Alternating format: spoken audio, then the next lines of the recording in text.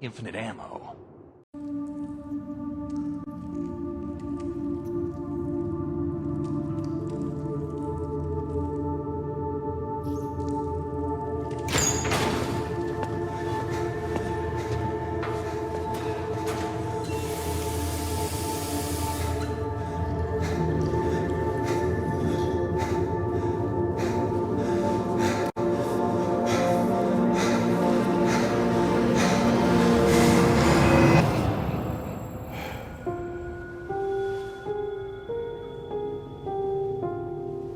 Could she really be here, waiting for me?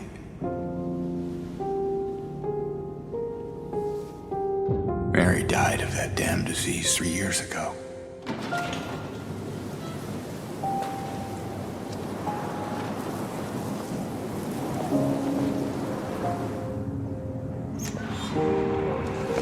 In my restless dreams, I see that town.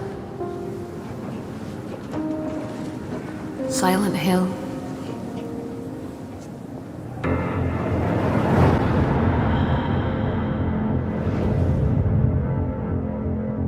All right, and we are live. So greetings, ladies and gentlemen, and we're doing a special podcast because lo and behold, a dead franchise from the fog came back today, and that was Silent Hill. They had a special transmission today, and a lot of interesting stuff came out of it, namely, of course, the Silent Hill 2 remake, but we're gonna get right into it, and I want to introduce Mr. Shadow.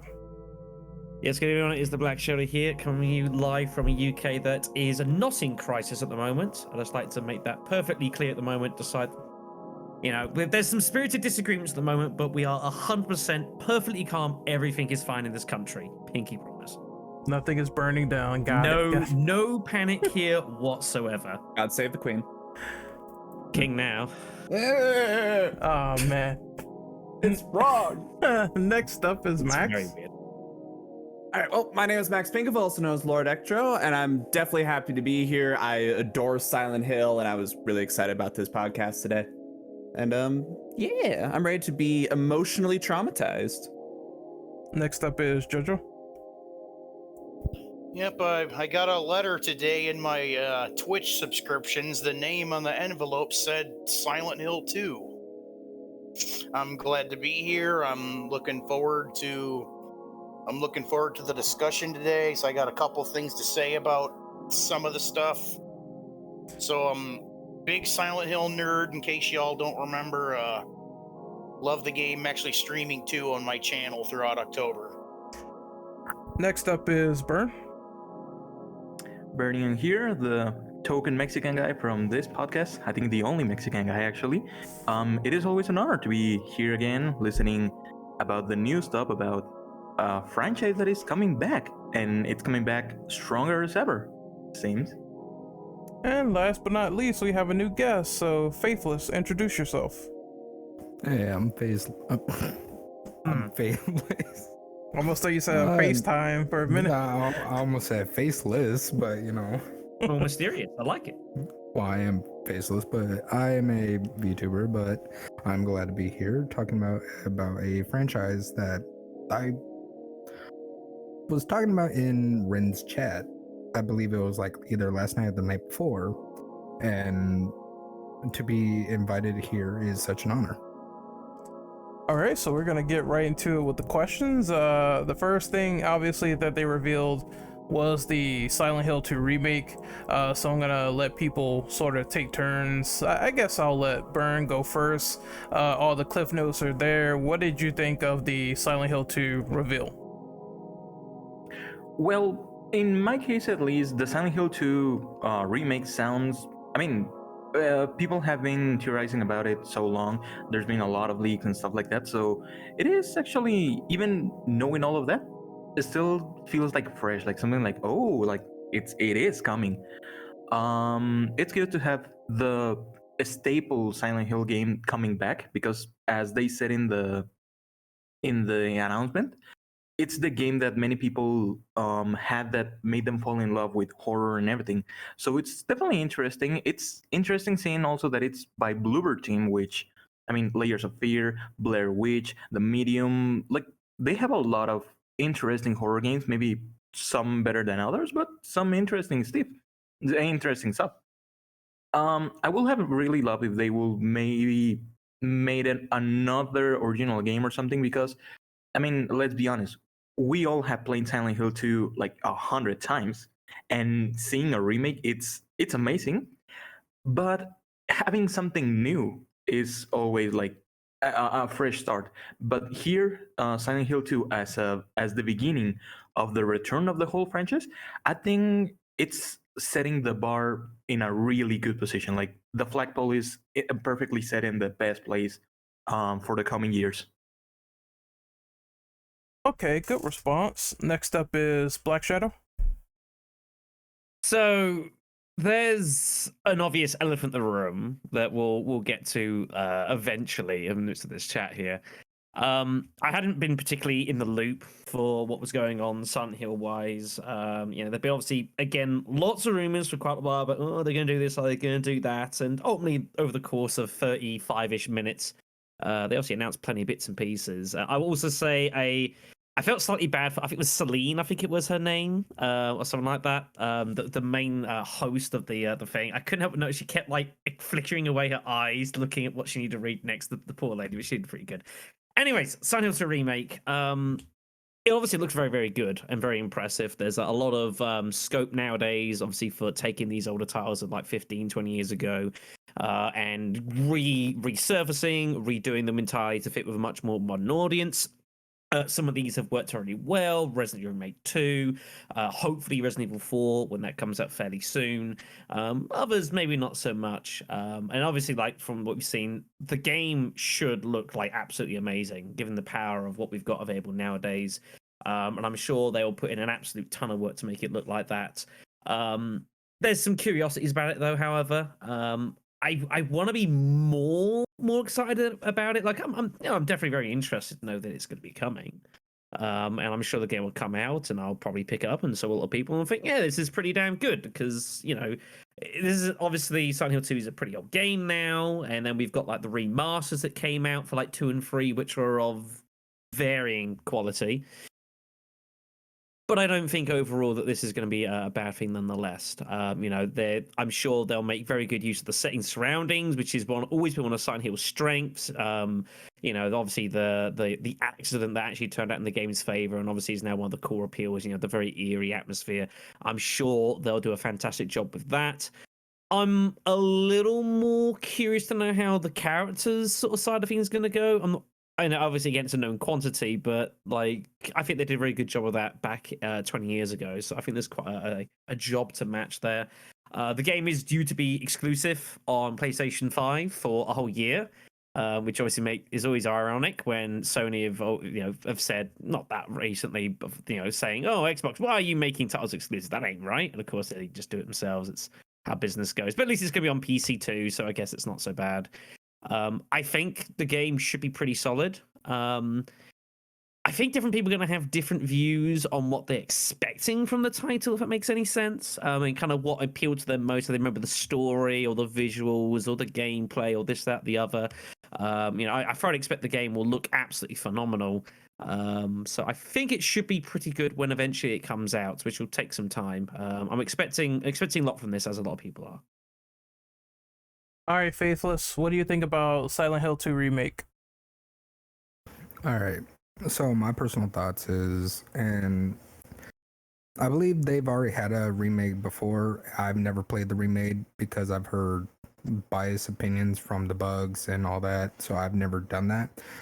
So that's my main concern, is like how buggy it will be, because you know how when they reboot and take something from an older game and make a new, it has different bugs and sometimes even the same bugs.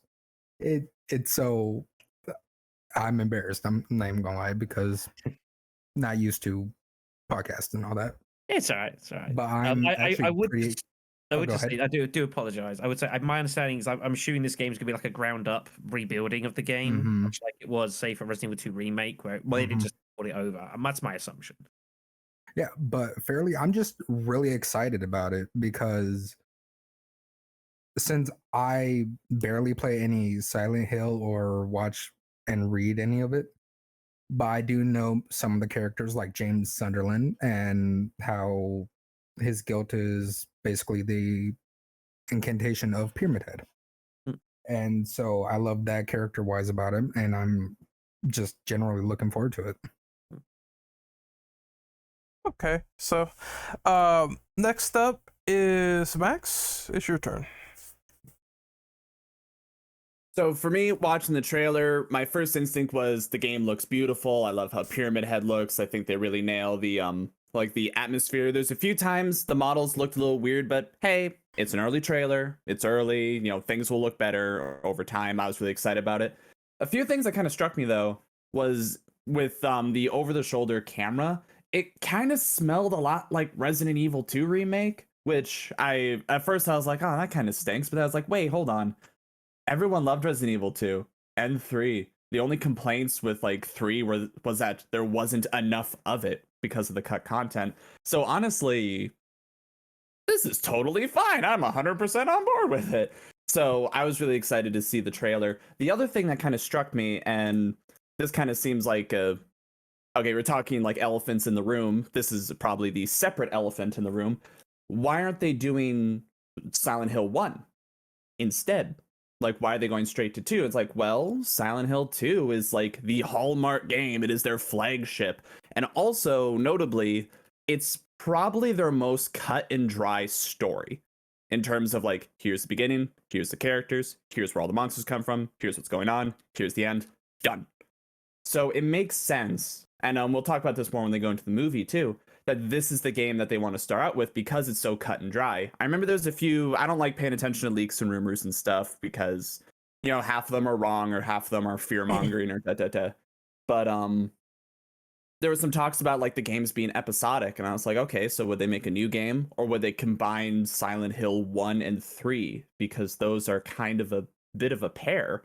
So in my head, I'm really excited about the remake. I'm really excited to see how they like expand the puzzles, expand how Pyramid Head acts, and all the different areas and all the different things that can be improved on, and hopefully more story bits. But I'm also interested to see what other games will get that treatment, what all will exactly change into, but look, I would say most importantly, just the new things coming out, because remakes are always all good and happy and hunky dory, but it never replaces a new idea. Like, it's good to improve the past, but I also am in search of new. All right. Honestly, I was going into this with very, very low expectations, but I was honestly kind of liking it. I like how here's some things that I noticed. Like, if you watch the trailer and you see like that map that's hanging up on the board that he walks by, it's laid out very similar to the original map. So I think that's their way of saying, hey, we remember the past. I do like how they made the weather effects kind of a little bit better. Like you see the rain when Pyramid Head's coming out. You see the wind, like when James exits the bathroom, you see wind blowing. You see like some leaves blowing in the wind, some of the paper stuck on the telephone pole. This James definitely has a lot of emotion in him from what we're seeing of him in the trailer. You see him kind of go a little bit unhinged. You see him kind of wince in absolute sadness in some parts. I'm looking forward to this. I'm kind of concerned. I'm not concerned, I should say. I'm kind of curious who this new voice actor is. Obviously we're not gonna get Guy Seehee back. I'm not even gonna hold that to him, despite being a big fan of James's Guy Seehee's James. Excuse me. I'm curious as to I don't hear Troy Baker in it, thankfully, but I don't know who it is. I am looking forward to this. The only thing I'm really kind of questioning is the camera issue thing. Like, I know we're not gonna have the fixed angles again. I'm hoping we at least get some semi-fixed camera angles for dramatic points in the game.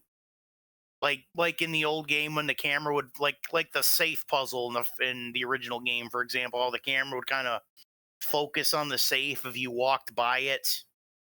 And I'm also hoping that there's not going to be a bunch of HUD on the screen because because having all that HUD kind of kills the immersion, and the immersion is kind of the thing that made Silent Hill games really, really, really good.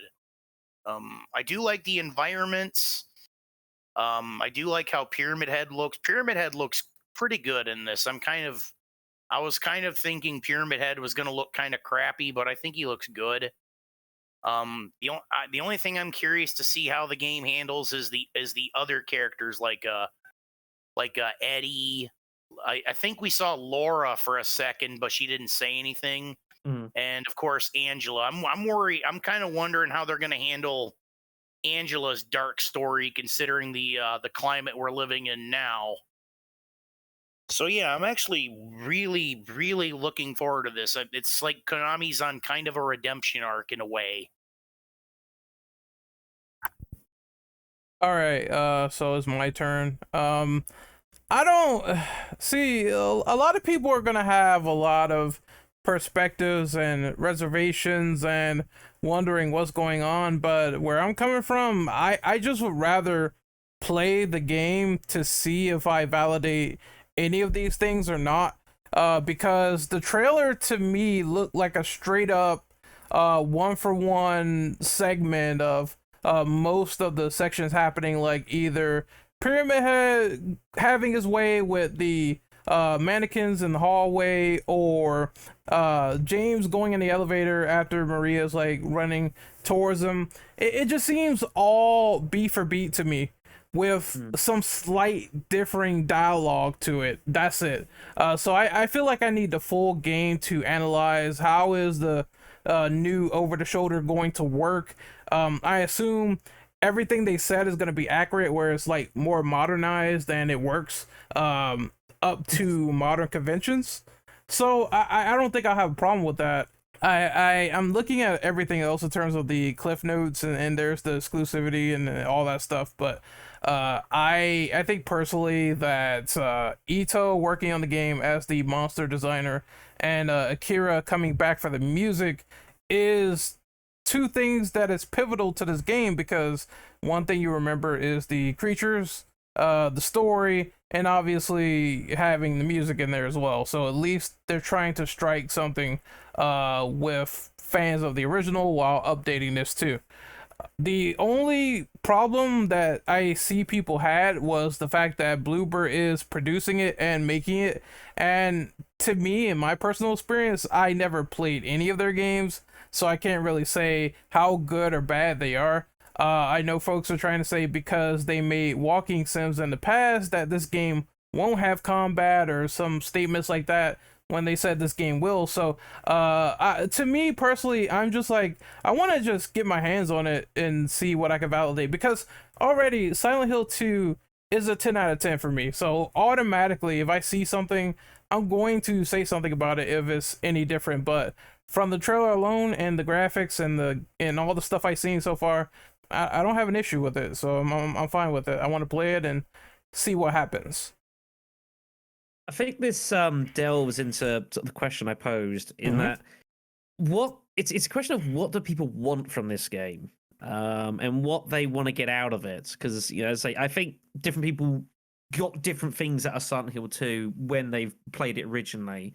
Different things that they remember, that they nostalgia about. One thing I also noticed as well, very, very heavily, there was all sorts of nostalgia driving going on, like through the first 15 minutes about, I played this game back then. I remember this from that. There was tons of trying to play on nostalgia, which makes sense. It's a very, very famous game from a very, very famous series. It's not been out for like 20 years. So obviously that's a route they're going to take, and I totally get that. Though to me, it was a little bit much at times. How heavily they were trying to drive that. Can but I go again, first? Yeah, sure.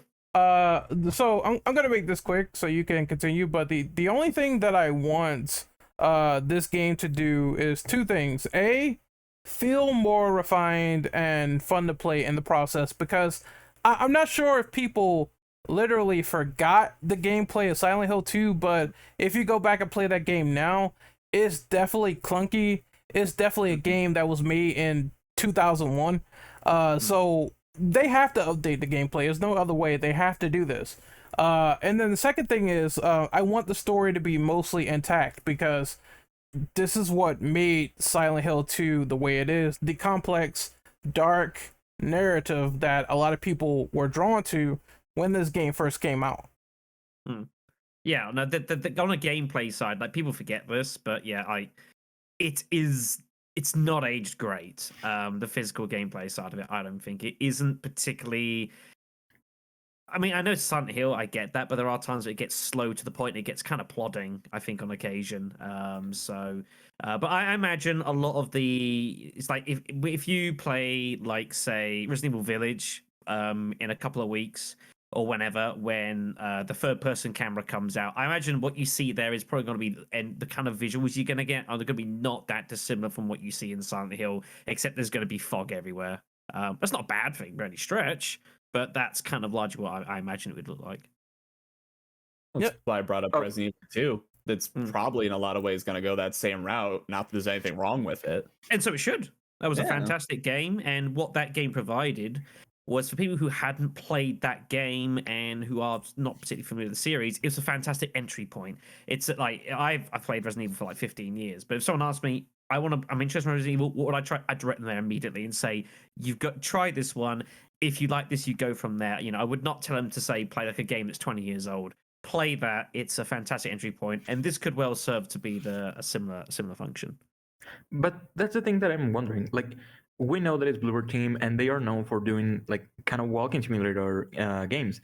And in the end, Silent Hill 2 is that, a walking simulator. You go from one side of the town to the other. There's a lot of walking, and probably there will be also a lot in here.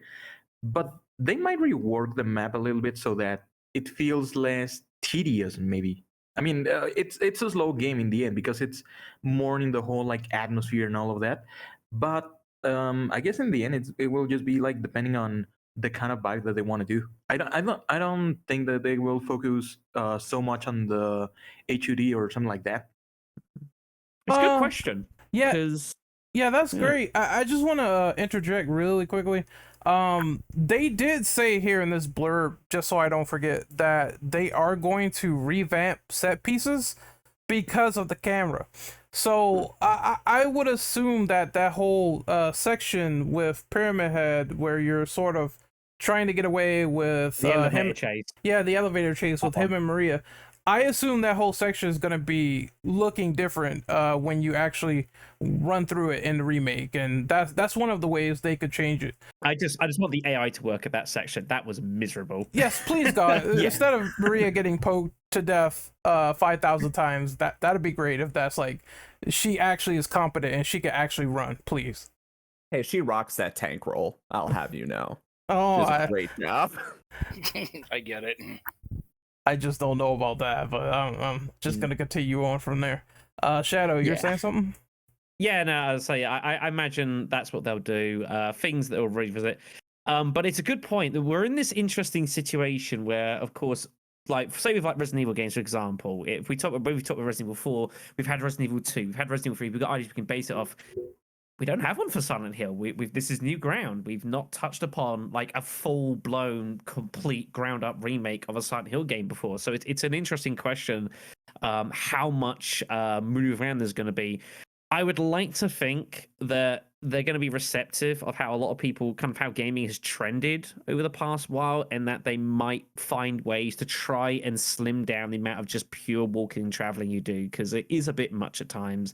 And I get that Silent Hill, that's kind of one of the things, like even like I played through Silent Hill 1 not that long ago, doing like a melee only run of the game.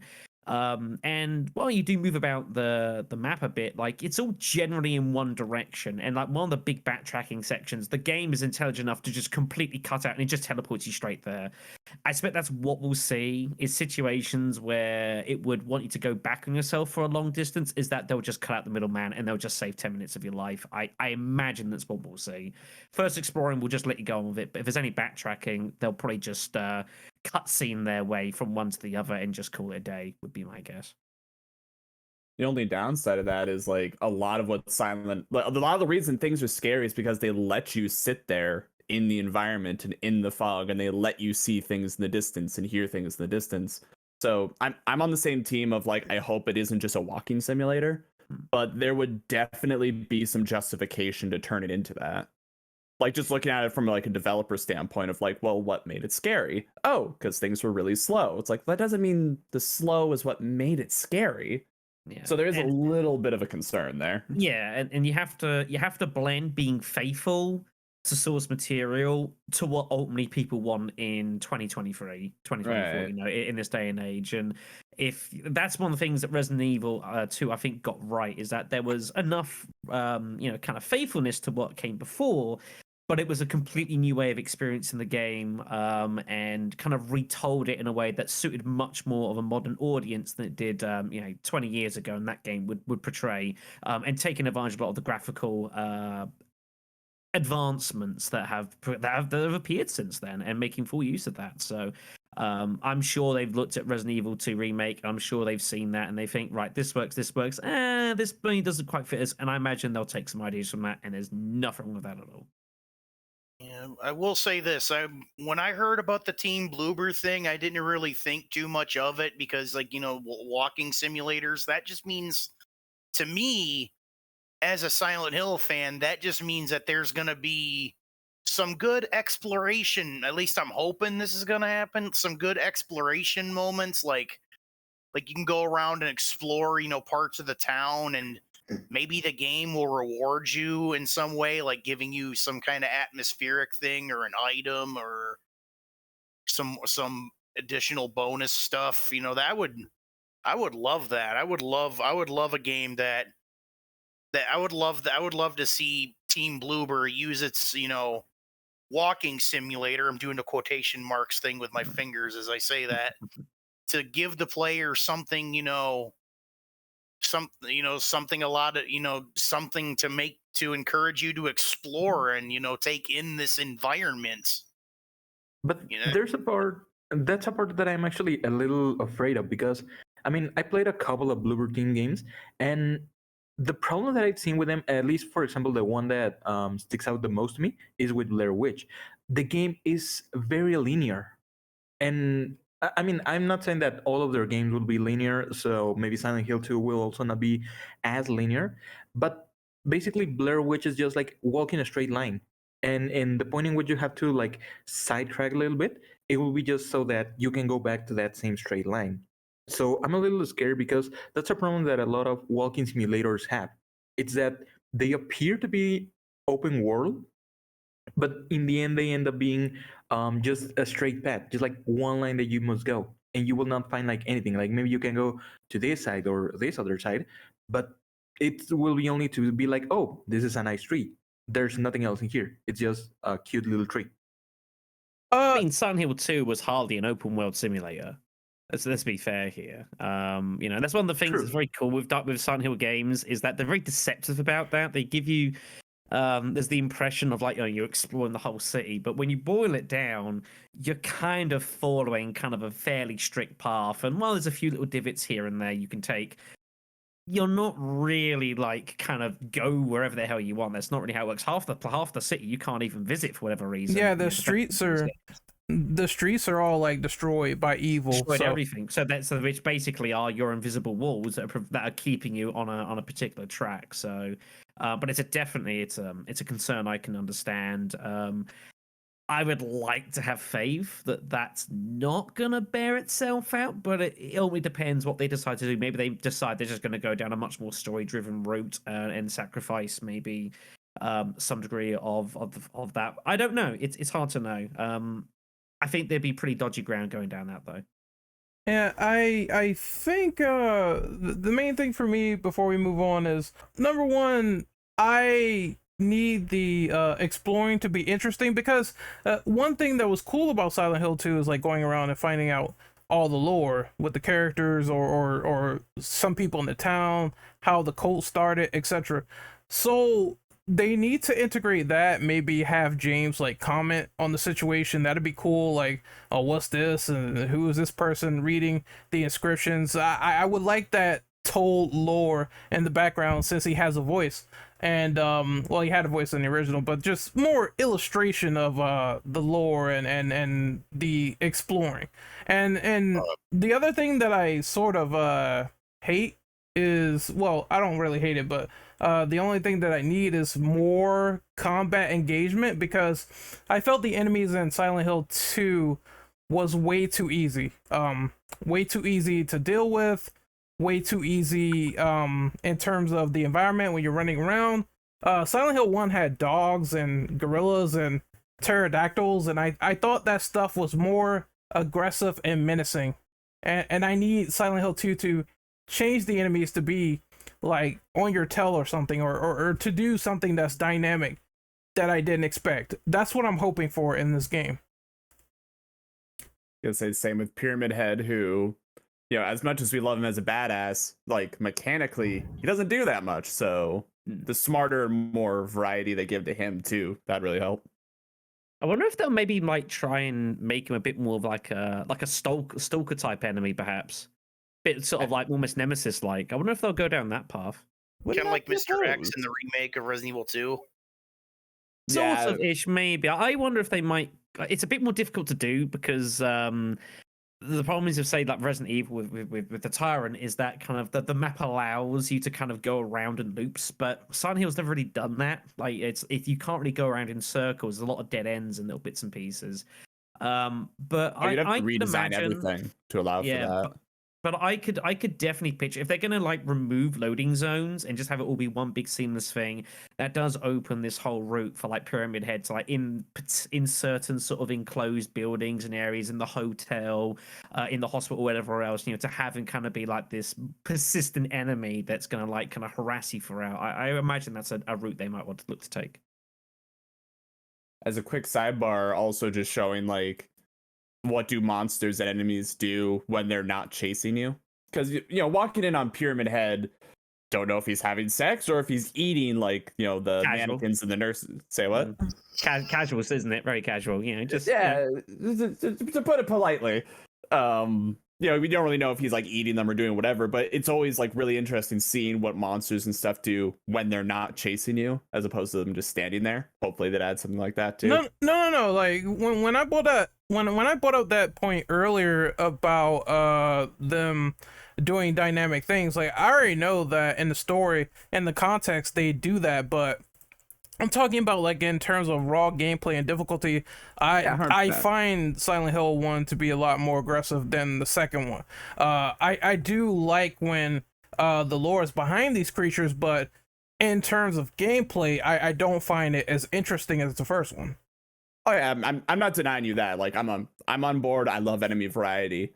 But just something that always fascinates me is when, like, what do enemies do when they're not engaged with you? Do they just stand there and then kind of like twitch every now and then, or like, oh, they're actively doing something? I did like stuff where Pyramid has like standing behind the gates and sort of just peering onward at you, and you can't really do anything. It's like they have them there for shock. So I hope this game still has that, where it's like, it could be something as simple as something staring at you from behind a gate, and that's where the fear comes in.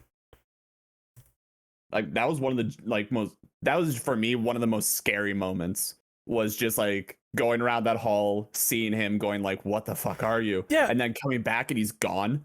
When you first see that, you're like, what the hell is that? Because you don't even know what's going on up until that point. You only know that if you played the original, Silent Hill is bad and they have creatures, but this was a whole new ball game for a lot of people. So and again, it's going to be like people experiencing this game for the first time, so they're going to be seeing that stuff, and it's like, how can you play up on that? How can you make that more scary? How can you make that more dramatic? Yeah, I would like... sorry. Oh, go ahead. No, I apologize. You go ahead. Just quick thought. I was more referencing like, okay, so you see the nurses going around the hospital. Do you see them caring for patients? Do you see them like still being nurses? Do you see them like, what are they doing besides once they see you, they twitch and start running at you, kind of a thing? That's more what I was going for. I don't think they need to do that, because the thing is, like, most of these creatures anyway are tied to James's subconscious. So because he was staring at some nurses and they're all scantily clad, they serve more of a symbolic reason as opposed to how they affect the environment. So I kind of get it that would be cool lore wise to see them doing stuff in the other world, but at the same time I'm like, they suit to serve the main character, so that's kind of what I want them to do first. It's not ultimately required, but it'd be really neat. Yeah, something like that. But anyway, sorry, Faithless, you were about to say. Yeah, for me, me playing a lot of games, I love the suspense when it comes to horror games. So when it comes to the monsters, and since they are remaking it, well, the monsters have more like a grueling type of look, like where they look more gruesome, have a lot of gore. Like, and from the trailers, the nurses, they look nice. They look good. But will they have like more to them? Because sometimes you see it from a nurse from the behind or from the side. Will they have like would they I just looked at chat. would they have like more blood, like, you know what I'm saying, like where there's blood coming out of like certain areas, like say one of the was it the that one monster that looks like he's from a portrait from that one character's fear. Oh, Basically- it's Angela's. Oh, Yeah. Her dad. No, right? It's her dad. Yeah. Spoilers, but Yeah. Yeah, huge spoilers. It can't be avoided. It just can't. Spoilers. Get out of it with the television. It's a If you 22 played the years old original- game. is it Come her on. actually her dad? Tune in next time. No, okay. Yeah, But- I guess for new people experiencing it for the first time, I'll put that there. But yeah, it is a 20-year-old game. Yeah. And so basically, from the original, it looks like mangled Freddy Krueger type of skin texture. But will it be dripping in like a certain type of ooze, blood, or something like that? Because Silent Hill has a bunch of monsters, and each one has a different look to them. Some could be more gory to the visual eyes. Some could be like less like, hey, basically. And then sexual frustration. Sorry, when you said that, Like, all I'm imagining is like Pyramid Head in the helmet, just like the most echoey. yeah, basically, it's just like, because the monsters are all like sometimes in an idle state, like the nurses. They're in an idle state until something happens, or like you look at them funny and they suddenly just get pissed and want to stab you. Will Yeah. they do something different, or will they specifically be the same?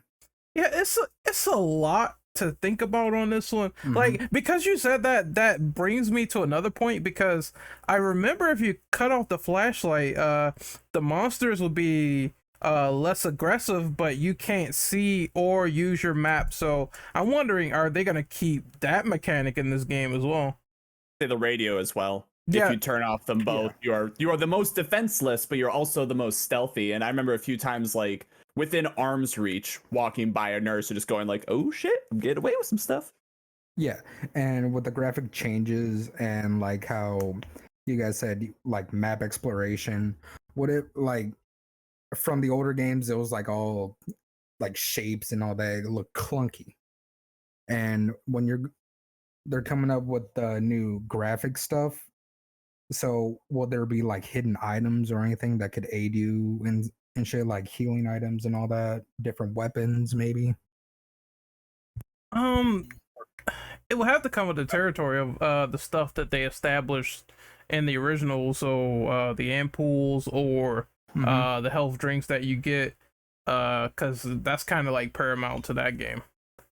Yeah, they'll We be get a probably bottle. strewn about they'll probably be strewn about the maps. One thing I do want to mention, since you were talking about monster behavior, like maybe it'll be a thing where like until the monsters are aggro on the player, maybe they'll just wander around, and maybe it'll be cool if there was like a monster on monster interaction in a way, like you could see it from a distance, like you see a bubblehead nurse like like when it wanders around and it wanders up to a lying figure, you think, are they gonna, like, do you think they'll interact in a way? Like, you think they'll screech at each other? Will they try to kill each other? Will they run? Like, that'll be a fun little mechanic. I would love to see them explore. Silent Hill, Maybe. Monster World. Kind of like enemies on like Elden Ring or Dark Souls, right? Yeah, seeing them fight. Or like, I'm imagining the nurse, like, it finds a mannequin on the ground. So, oh my goodness, a mannequin is hurt. I need to save it. And it's like clearly just mutilating the thing, but it thinks it's trying to save them. Yep, more Mutilates it and puts it back together.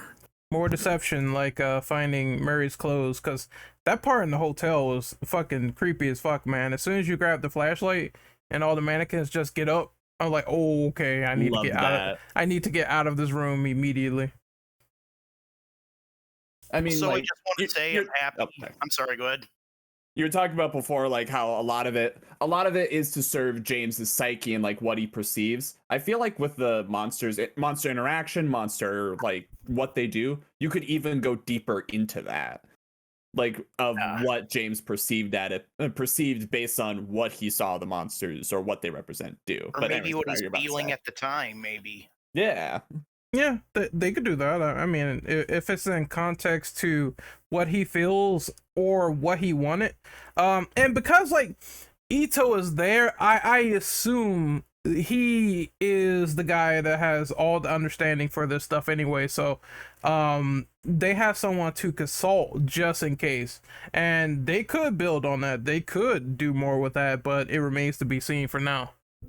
Oh yeah, they got Ito and Yamaoka working on it, so they definitely got the guy who can create good, environments and monsters, and they got a guy who can create awesome sounding atmosphere with not just music but sound effects in general. There is definitely a layer of safety as opposed to like, here's a company who's never interacted. We're not talking to any of the original creators. We're just going to make it and good luck. There's an air of safety because they got the original people, and I really appreciate that. Additionally, given that Akira Yamaoka is back, I'm actually pretty excited with the soundtrack because Silent Hill 2 has some of the best video game music that I've ever heard, such as, the main theme, Laura's theme, Promise, reprise version. Like, it's so amazing, and I would like to see if they're going with original music, like completely new music, or if there will be like newer versions, like new renditions of the old songs. I'm excited mostly because of the soundtrack of the game. Same. I think the music is going to 100% slap. They did say it's going to be rearranged, so I'm wondering what is that going to mean.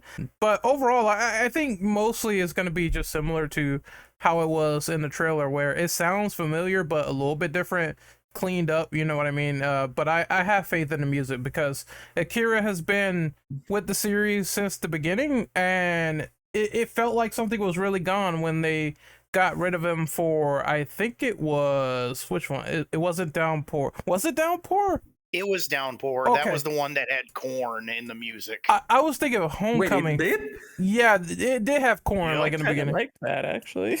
Okay, I'm gonna buy the game now. It is on Don't stream Xbox. It wasn't the same, but it was good. The game is falling away from me. Oh man, God But damn. no, when you say like the music's gonna slap, I'm just imagining someone like headbanging besides like construction equipment and like hardware. Yo, dog, that rusty saw claps. It's a banger. Just like a hidden bit where the nurses are like headbanging to the damn music now. Yeah, Oh, someone yeah. slapped a pipe against a fence and they're like, "Yo, this jam." This is my song, dude. That would be a funny little Easter egg to have if there was like an unlockable, like the iPod and Metal Gear Solid 4, where like you have something like that and you play it near one of the nurses and they're headbanging to the music like you're playing like It's end this credits song screechy on it. metal, but they're all into it. That would be Their hilarious. screeches just go along with the music pretty well. Imagine that. Harmonize. This is So a there car is- crashing on loop for 10 hours, and they're like, "That's my yes." So there is one question I do need to pose. Sure. And I don't know if people's thoughts on this, but was there anyone that was sort of hoping that, we'd have this opening screenshot of this dirty looking floor, the bugs about, the door flies open and a guy walks in, goes to like the wash basin, cleans his hands, takes his hands away from his face, and suddenly it's Norman Reedus. I'm sure some people are going to question about this. I did. Obviously, very disappointed about this. Surely, it's the elephant, right? I did Yeah. get the PT stuff because again, it was the roach on the floor that kind of made me go, wait a minute, are they? It at least made me think, is this some Kojima stuff? Because that's the same way that the PT demo started, where there's two interconnected roaches on the floor. So I don't know if that was just a tribute or what, but that did Coincidence. that did throw me off for like a second. I was like, oh, what's going on here? But Now, I'm here's- sure there are gonna be folks that are like, Silent Hill 2's good, but Yeah. Oh no. No. But here's the thing: they did say that they're having like other projects coming in the future. So I'm pretty sure that with all of those announcements, the PT people will be even more going like, "Hey, will you bring back PT? Like, is Silent Hills ever coming back? Like again and again and again?" Yeah. at this point, my assumption is that must be some sort of legal reason that they can't do it and they're waiting for the time to expire. I cannot think of any other reason they would not have done it at this point. I just can't. Who knows? Kajumbo has things. But But alas, I guess we can. yeah, that's- sorry. No, it's fine. I guess that's the big Silent Hill 2 remake discussion. Honestly, looking forward to it. I want to see what else they do with it. Any sort of like reservations or whatever, I just have to get my hands on it, experience it, and sort of go from there. But we need to move on to the second game that they showed, which was Silent Hill F. Excuse me. This was a new title. It was developed by Neobars, which they did Resident Evil Reverse and Resistance. So if you don't know who they are, you should now. I can't seem to escape these people, no matter how hard I try. Yeah, They just keep chasing me. They're always there. they're I always like there. these. Always watching us. This was cool because they had sort of a Japanese cherry blossom infection going on, so that's like a whole new different setting. And as I said in the other chat, I said other worlds can take place anywhere, so even if this is like 1960s Japan, this is something that could technically happen in Silent Hill. So I'm gonna start off with Shadow. What do you think of this trailer? Yeah, I mean, I've got plenty to say here. So there's a few notable things to go. This was the one that came in towards the back end, where we saw like a cutscene, or not even just like a little CG of, of what we saw for Silent Hill F. Now, amusingly enough, I funnily thought when I first saw Ascension, which was a little bit later on, the very first thing I saw, I was like, Dead by Daylight did all right, I suppose, because I thought they were going down that route for that game. Obviously, that's not going to be quite the case. But the fact that they've got Neobards doing this is definitely notable. When it comes to, say, Resident Evil Resistance, which is a game that I played a lot, very extensively, and I could probably write a small book about.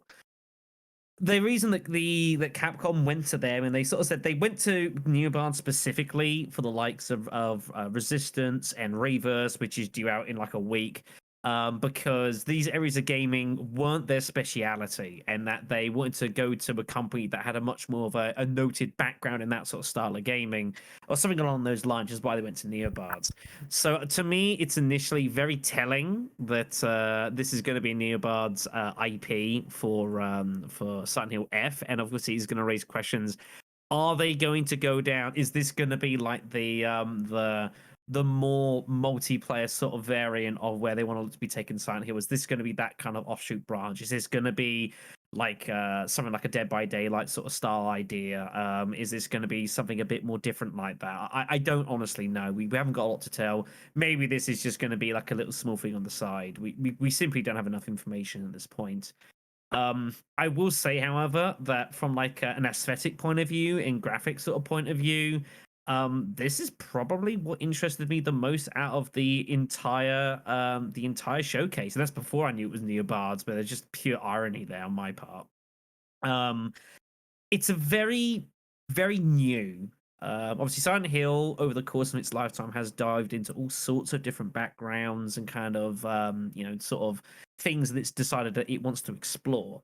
But from a just pure texture standpoint, something along the lines of like a Silent Hill game, but with that kind of aesthetic and atmosphere, very sort of oriental, it's not something we really, I don't really have very much experience in. And I ultimately don't think that a lot of people have very much kind of experience in it. It's kind of an interesting blend of two different worlds. So I'm very interested to know more about the game. I'm very curious to know more about what they actually want to make this, what they actually intend to do with this, what route they're going to take.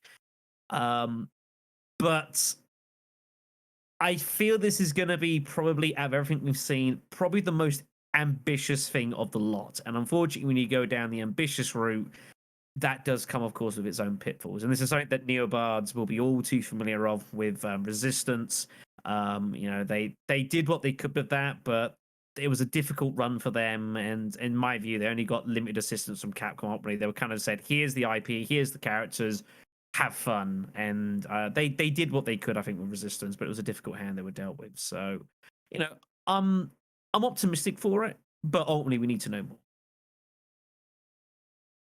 Okay, I want to go real quick. So I know these devs, of course. I played their multiplayer games, multiplayer offerings, and etc.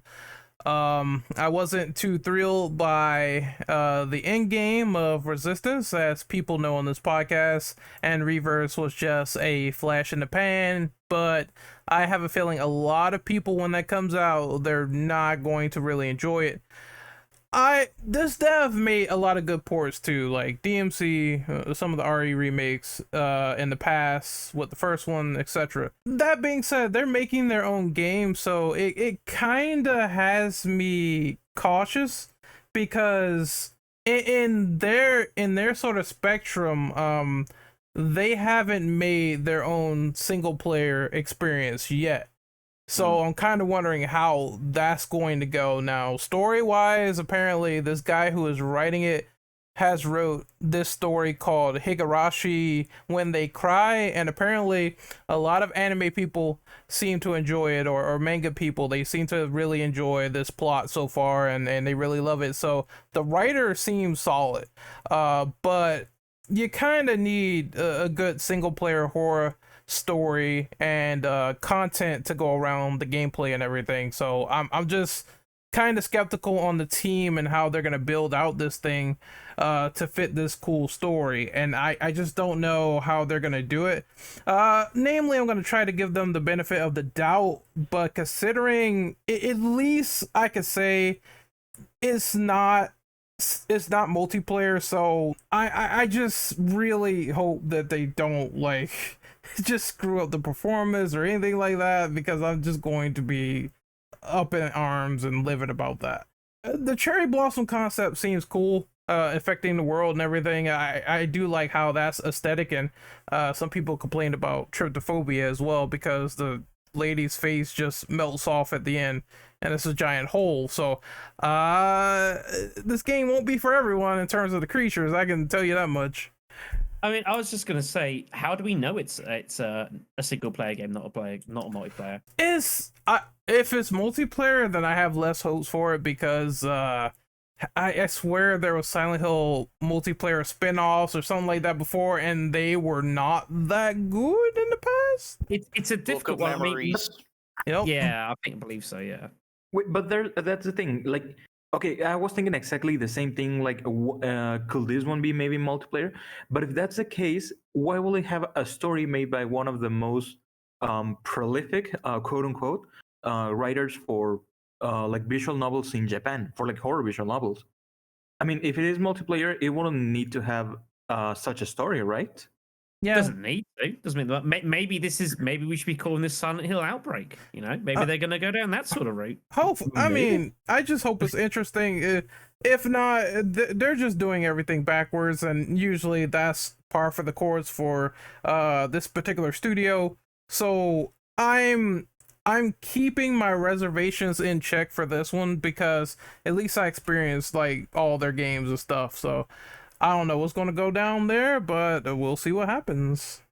I mean, I want this to do well. Like I would think like I would really like it's the one to do well, but again, it depends what direction they're going to go down. And again, all we've got is like a 35 seconds of CG to go by, and that's basically it. Really, Yep. there's very little. It's just a pure here's an aesthetic thing.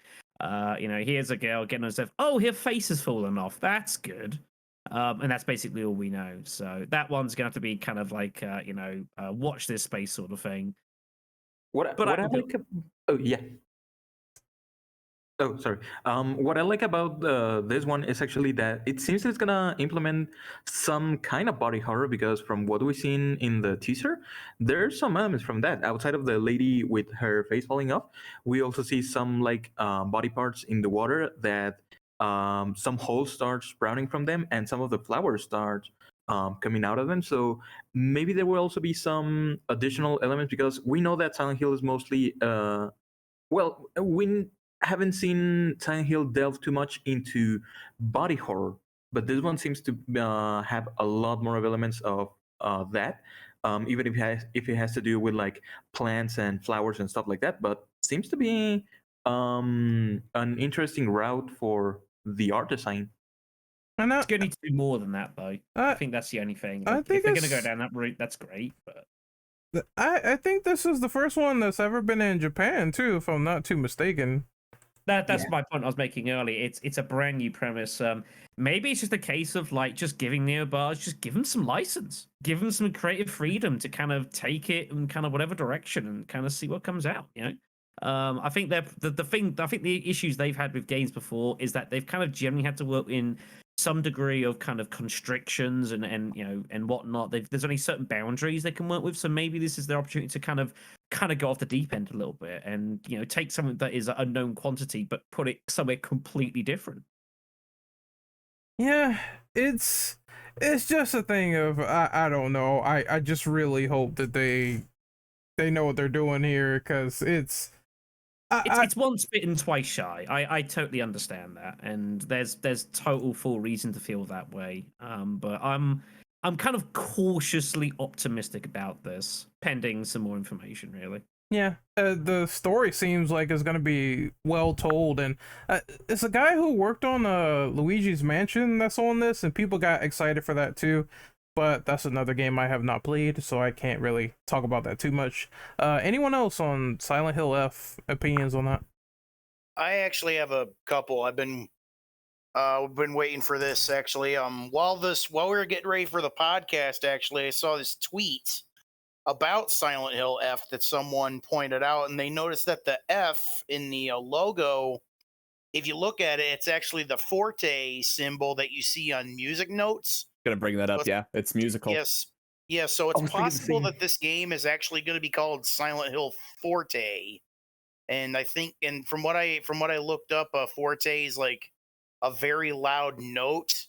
And if you notice, like when they played like the Japanese version of the Silent Hill theme song, when the title was showing, it was a bit loud and booming. I'm starting to think that might have something to do with it. And I'm also starting to think that this might be like if it is like a continuation of the Silent Hill story, then okay, so be it. But I'm also starting to think that this might be like in another alternate universe sort of thing where like something similar to the spiritual power of Silent Hill happened in this game's timeline, only instead of it taking place in Maine, it's taking place in Japan, since there's a lot of spiritual stuff in Shintoism, which I believe is the dominant religion in Japan.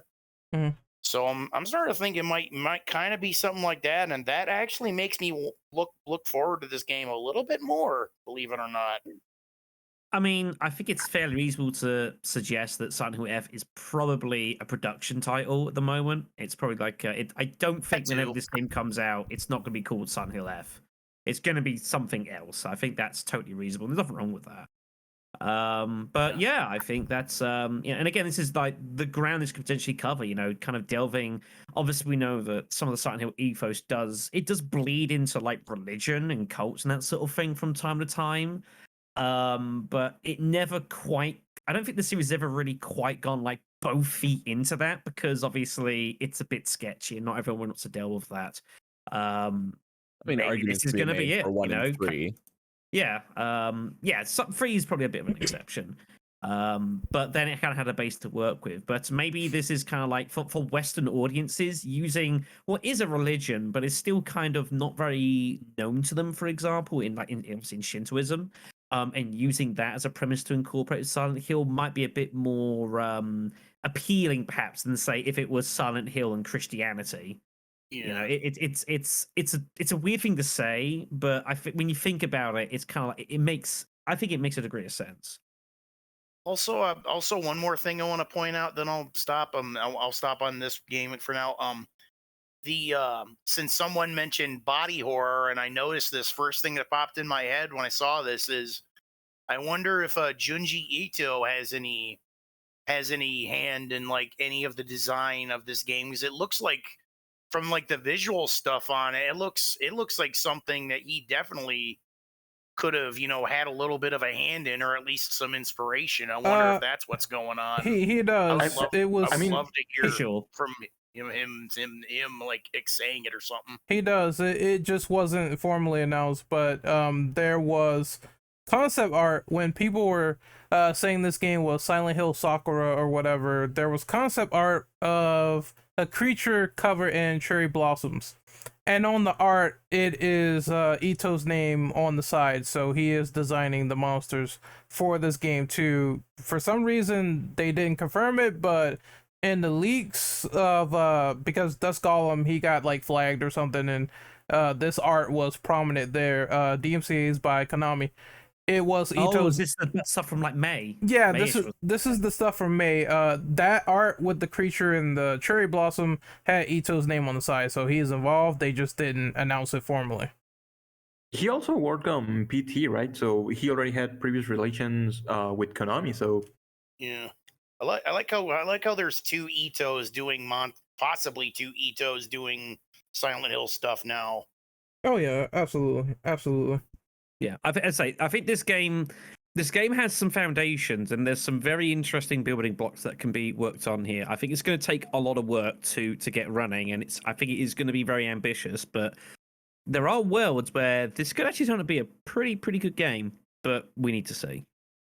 Yeah, and it's possible that this stuff can affect like other places, because South Ashfield and Silent Hill were like interconnected in Silent Hill 4, so it's not impossible.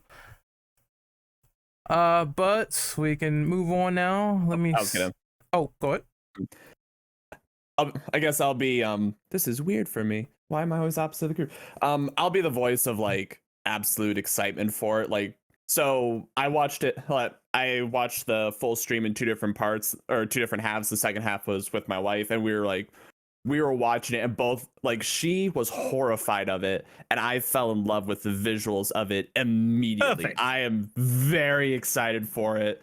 It reminds me a lot of Fatal Frame. It gave me a lot of nostalgia for, like, I feel weird whenever I say, like, I wandered around villages in Japan. I was there for 3.5 years, but it immediately took me back there. It looks incredible, and I love the idea. Okay, so I'll admit, this is kind of separate from what we know from Silent Hill generally. I recognize, like, oh, the outer world, how does things grow? Is it rust? Is it da-da-da?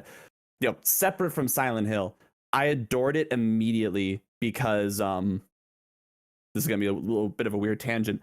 Something that I really liked in The Last of Us was how what was killing people wasn't some malicious, knowing entity that was specifically targeting people. It was just nature. Just nature taking its course. And that's what it looked like in the trailer. Just like this thing is growing and it is eating people, but it's not necessarily this cult that's doing it on purpose so much as just nature taking over.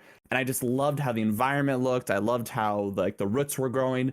I don't know if they reveal what the protagonist's name is. The way she was walking wounded with the pipe, dragging it, and then like the thing, like the roots reaching out and they started to look like hands, but then they grew into flowers. How it's simultaneously beautiful yet horrifying, because yeah, you see the corpses with the holes in it, you know what's gonna happen. But even when the body of, like, almost fungus like cherry blossoms floats on by and it turns into beautiful flowers, it's nature. it's natural. It makes the other world seem a lot less like malicious and hateful and wanting to torture you, and more just like something growing in.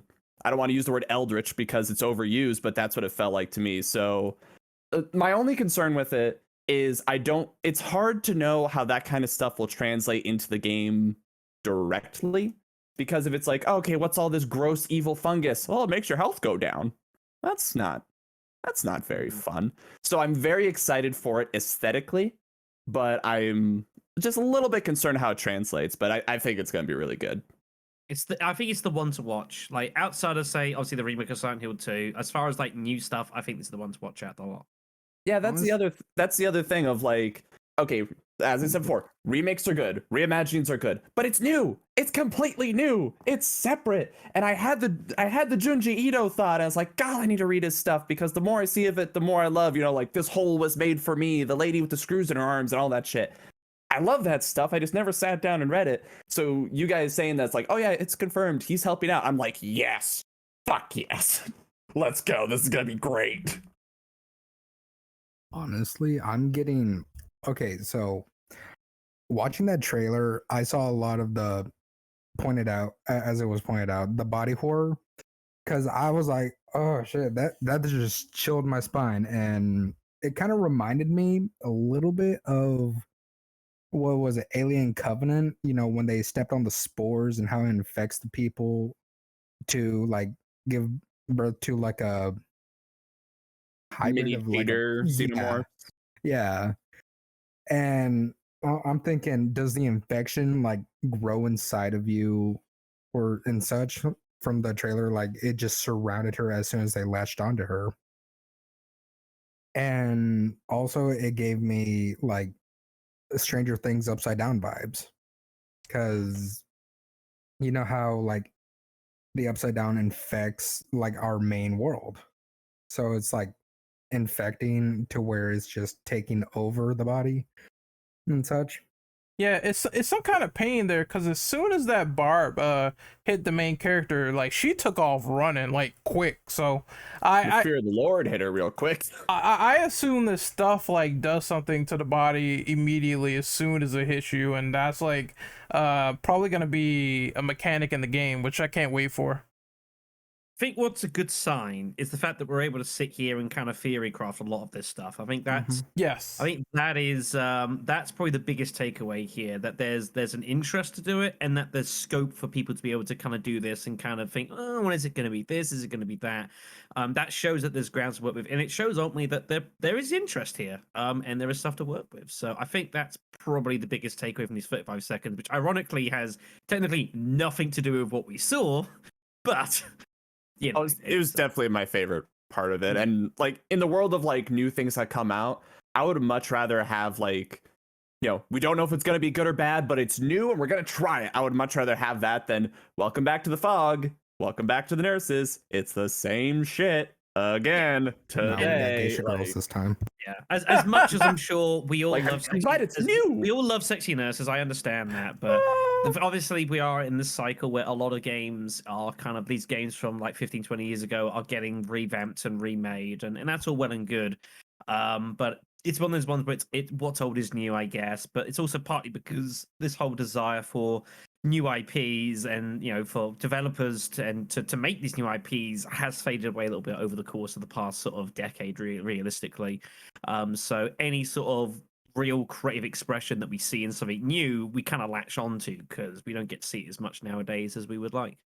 Like, even if it fails miserably, my mindset is like, you know what? You tried. You tried your best, even if it fails. So I just want to encourage that mindset as opposed to like safe algorithms.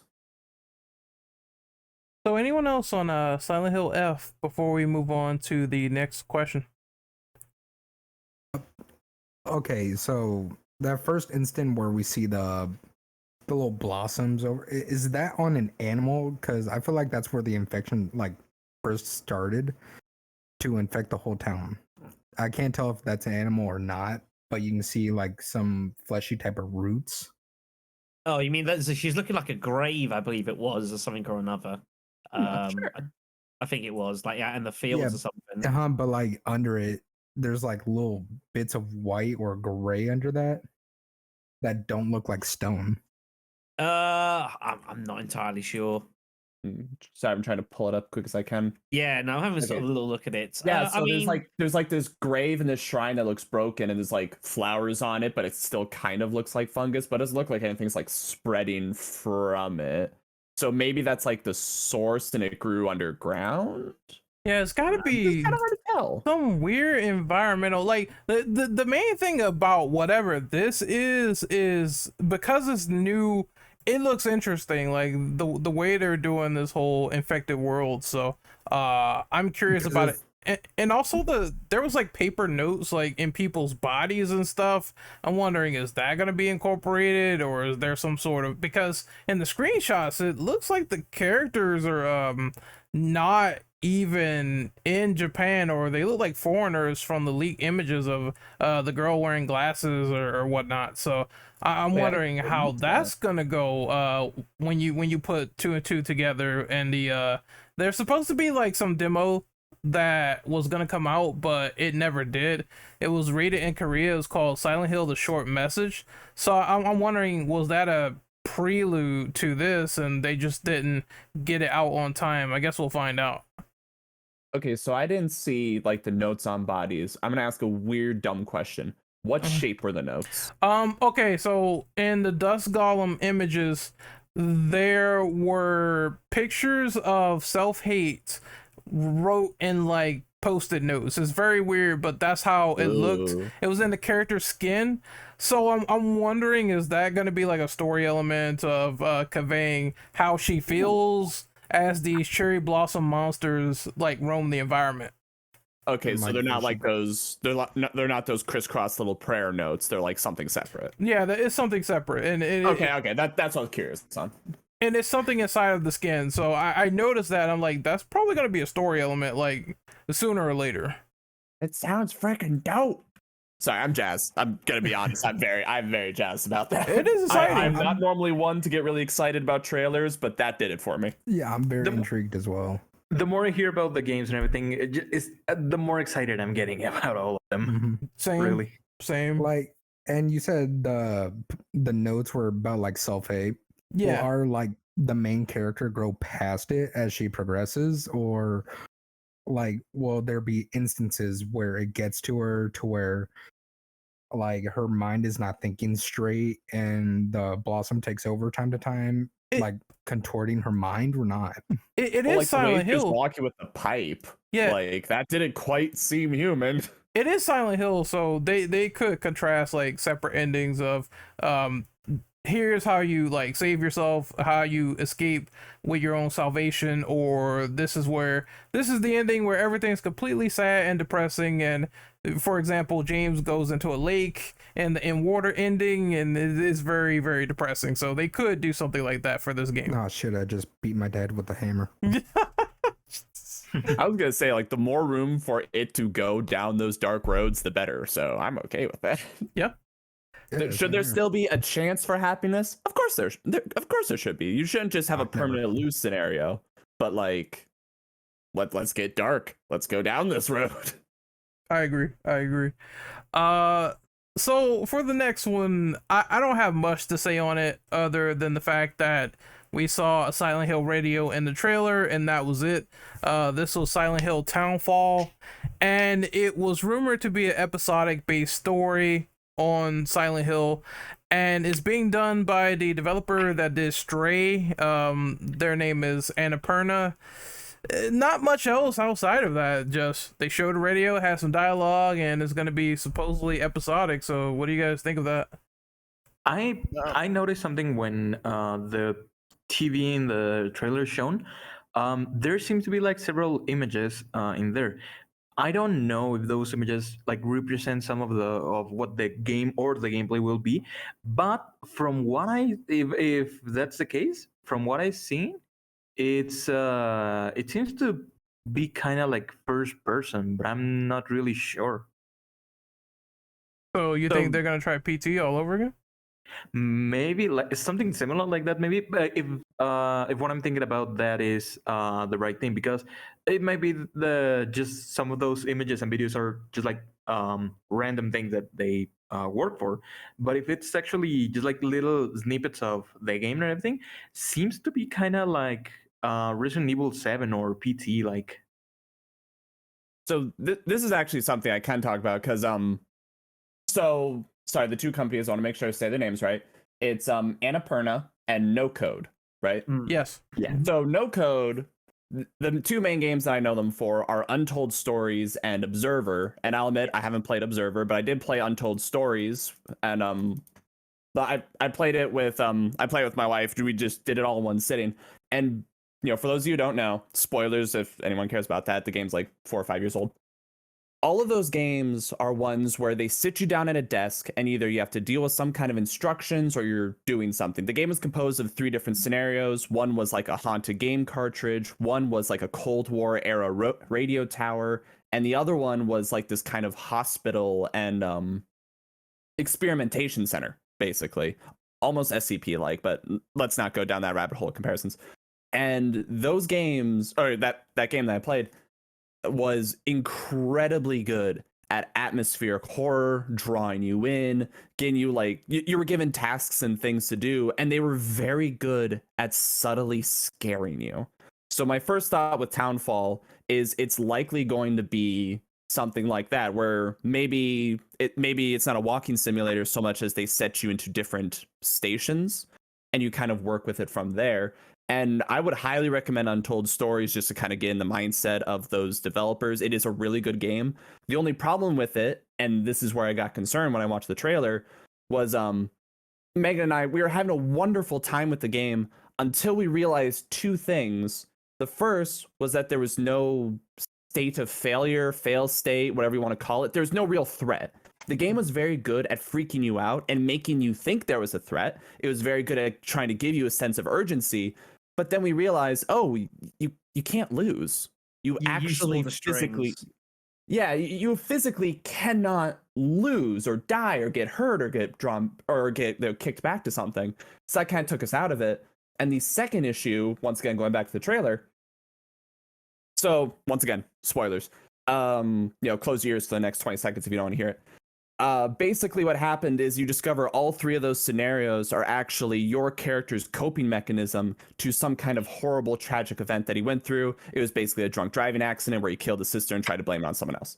You discover that they're all coping mechanisms as he goes through therapy. The 4th act of the game beats you over the head with it. It's something you can figure out before then, or like if you don't figure it out before then, you figure it out in the first like few minutes. You're like, oh, none of this is real. Well, now all the stakes are gone, and the game will spend the next who knows how long just beating it over your head. You're the drunk driver. You must admit it. You're the drunk driver.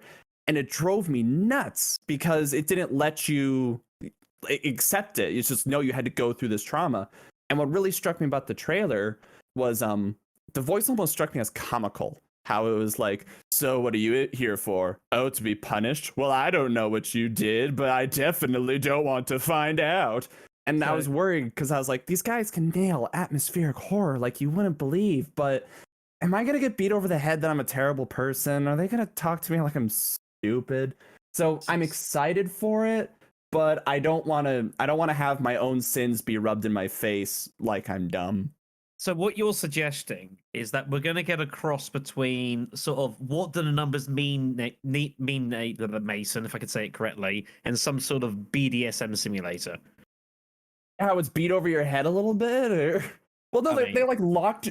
My favorite one was the Cold War tower. They locked you down, and you had to figure out codes and stuff. And there's like different environmental effects that freaked you out. And I was like, I'm in. This is awesome, and I love it. And I can see that being done with Silent Hill because that's what Silent Hill nails. Is that creeping small horror, not the big, monster running at you, jumps. The unsettling. That's what they've always. And I think nowadays as well, especially, I think that's what people are more receptive to. Is it gets harder and harder to just legitimately scare people. It's about the unsettling and kind dread of dread of it. I mean, a good example of that would be, say, Resident Evil Village, for example.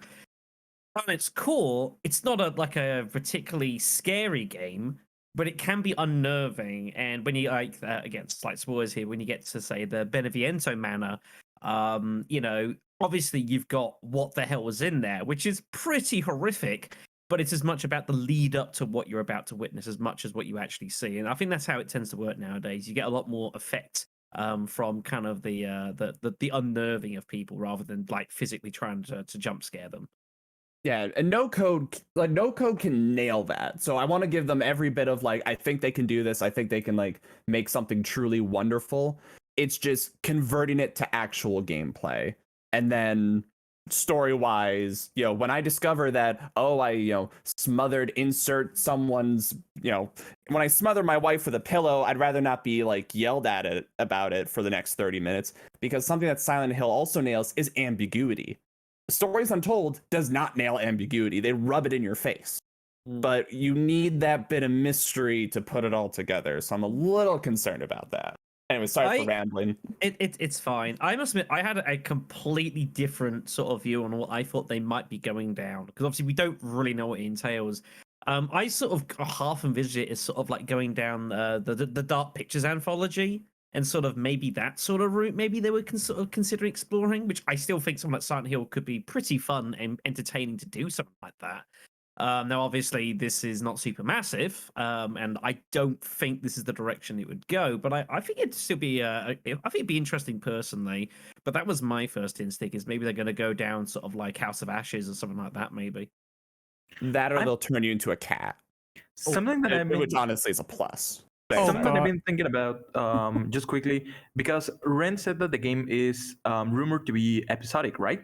If it's being made by the same people who made Untold Stories, it could actually fit really well if it's like episodic. Like each episode could be a different kind of story or something like that. Like maybe it's gonna be different characters or something played in a way, similar to like Man of Medan in some way, or the Dark Pictures anthology in general.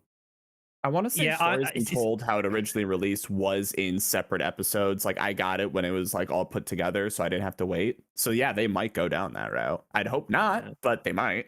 Yeah, I have a bad history of episodic stuff. I'm kind of burnt from that, so like I'm inherently, like instinctively, I'm like not so sure about that. That's just me though.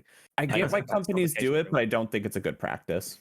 Yeah, I'd rather I think Nintendo 64 mindset. You hand me the thing, it is in my hand, it is done. Yeah. There's a lot of games who suffer from that because they're episodic, and let's say, for example, suddenly the game gets canceled and now the story is like fully untold. It's what happened to fucking the name of this game, Dark Dreams Don't Die, or D4. Like the game ended with a cliffhanger, and it was canceled later on. So now the whole story was just like forgotten totally. Ooh. Yeah, that's probably if the first part like flops completely, it's a complete disaster, then you're kind of like, well, I wasted my time. Yeah, it'll kill everything else. But that's again why I thought so. Like, I guess probably not House of Ashes, probably more like Little Hope. But I still think something like that I think would be really cool and would be a different way of experiencing Silent Hill. You still kind of got that largely sort of story driven stuff, and you're kind of trying to work out what's going on, and there's a lot of stuff you can mess around with, but I suppose that's probably not where it's going to be. But I guess wishful thinking, if they want to go down like a more kind of what it looks like it's going to be, I guess that's fine. It's not my cup of tea, unfortunately. But I can see a lot of people sort of at least getting some kind of enjoyment out of it, however. I would really recommend Untold Stories. And I need to sit down and play Observer. It's just going in knowing, there isn't a fail state. They like to beat points over your head. This is the main thing. That's the problem. Once you see the strings and the suspension of disbelief is gone, it can be very hard to get that back in some games. That's the problem. All right, so I don't really have any opinions on this one, so I'm just gonna skip. Anyone else? I actually have a couple of things that I noticed. First of all, I had to watch the trailer twice because the first time I watched it, I got a phone call and got interrupted. By the way, thanks, Mom. She's a fan of this. She's a fan, by the way. Anyway, call your mother, everyone. Tell them you love her. Hello, JoJo's mom. Send them flowers while they're live. Anyway, another thing I noticed about the trailer is where you hear the voice said, "You did something wrong. I don't want to, something very, irreprehensible." And one of the things that you see on the little TV screen was a face that looked like what's his name? Howard Blackwood, the mailman from Silent Hill Downpour, and I'm starting to think that maybe this game will have, kind of his backstory in a way, because I think part of his backstory was explained in one of the comics, but I think this might, flesh him out a little bit more, which, okay, I didn't really like Howard Blackwood because they kept trying to make him all ambiguous for the sake of ambiguity, but now that this might reveal him more, it might make people like him more, so I could probably be down for that. Anyone Yeah, else on this? I did spot that the face picked up. I didn't recognize it, but I'm not familiar enough with kind of like a lot of the ancillary knowledge for Silent Hill, so I'm just sure that the sleuths on the internet out there will say, "Oh, it must be this man," and then it'll probably come out over the course of that. But I did notice it pop up, and maybe it is a relation, maybe it's not. I mean, you can never roll this sort of stuff out with Silent Hill. Like, there's a lot of scope to kind of they're like, oh, the horror will always follow them and all that sort of stuff. So it's very, very possible. Yeah, I was mainly focused on like the lights and the static because that's like one of the biggest ways Stories Untold scares you. Like, it's just like they're very good at sound design. You hear things in the background, the lights flicker at just the right time, that kind of stuff. That's what I was focusing on mostly. My very first thought was, are they doing Silent Hill CG film? And then it wasn't. I was like, oh, okay, that's fine. But it's like, that was my initial. I was like, are they gonna go do this? I mean, yeah, that seemed weird to me. But then when it ended, like suddenly, I just felt like it's one of those things where I needed a lot more context. But who knows? It could be very interesting and appealing for the stories they tell. If they just manage to do it right, then I think that's all that matters. yeah, I reckon if Silent Hill 2 obviously remake and Silent Hill F is going to be like the real kind of out there one, this is going to be probably the story driven sort of side of what we're going to be expecting from Silent Hill. This is the one that's going to be, it's not going to be high on sort of lots of gameplay sort of things. This is going to be like real kind of the real story sort of driver out of the lot. So, which is fine. You got to have that. So I guess we can move on to Silent Hill Ascension. Now, this is sort of the weird one. I guess you could say I jumped to the bottom, but this one is a real-time interactive experience. So I guess you could kind of say there is some fan interaction there.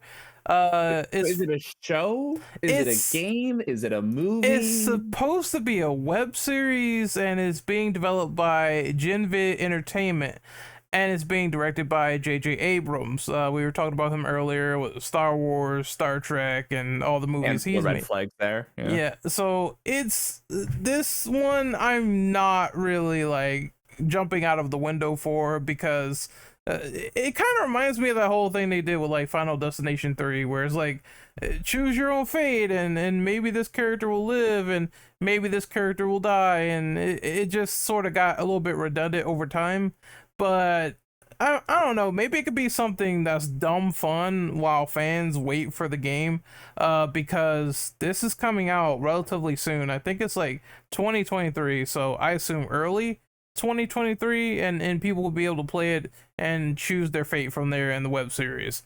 So I don't know, it's just something it's a kill time process, in my opinion, from what I'm seeing here. Anyone else want to talk about this? I mean, it kind of is what it says on the tin, really. This is it's not like a game or anything per se. This is kind of a bit of a storyboard driven sort of experience, really, that people can engage in, and whatever else, and they can live through what happens. Again, this isn't quite my sort of thing. I actually think this could be kind of cute, and I imagine there could be a lot of fun with this, and kind of whatever it's going to work out. The idea of people kind of watching this story and kind of unfolding, like, oh gosh, what should we do, and that sort of thing. It's a discussion driver, is what this is meant to be, and it's an experience of those who are interested in something a little bit different. And for that's totally fine. Is it going to be something I'm going to readily engage in? Probably not. That's just not really how I enjoy my content. I guess that's just on me, I suppose. I guess it will be fine. It's not quite Kasparov versus the World in 1999, but I still think this will be I think there's a lot potentially to enjoy, and obviously the fact that people feel like they're obviously interacting with kind of the story and getting to have sort of their say on what should happen. I think is totally fine. It kind of allows this concept of kind of like living in the moment and kind of driving the story wherever it's going to go through, which I think is totally fine. Yeah, it's relatively inoffensive, but it's something that I know is not for me, so I don't think I will get into it too much unless something crazy happens, maybe, but I don't know. I'll be honest, I'm kind of down on it. This is something that, like, unless the kids are playing, this will not go well. This will not affect anything. My first thought was like, oh, maybe it's a game and maybe they're gonna do I'm blanking on the game. The game where you date 3 different girls that all have the same name. It sounds like a Catherine? Japanese harem. Yeah, Catherine? that's sorry, what?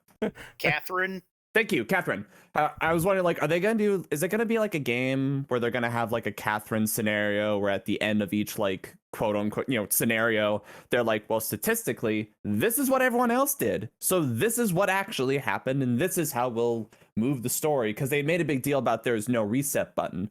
So I was like, is this a game that everyone gets one shot at playing, and depending on how we all do as a group is how it changes? But if it's like, oh, it's just a web series. Well, the problem with the choose your own adventure book is that because it's not one strict narrative, you have a harder time telling a story. So it's like, I do not have high expectations. I have low expectations, generally speaking.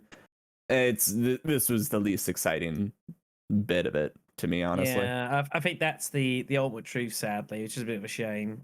Again, when I first saw it, and I was like, oh, is this going to be like the take on like Friday the 13th? And then it's a web series, and it's a little hard to be optimistic about this. It's a shame. I'm sure for people who enjoy that sort of style of content and enjoying things like that, I think they'll be totally fine, and there's a lot to probably to get out of this. But I think for a more general sort of audience, I don't expect that's what you're going to be seeing, which is, the way it goes sometimes. But yeah, because they did get the behavior people in on this, right? Was this the thing they had behavior on, or am I confused with something else? I No, am this unsure. one has behavior on it.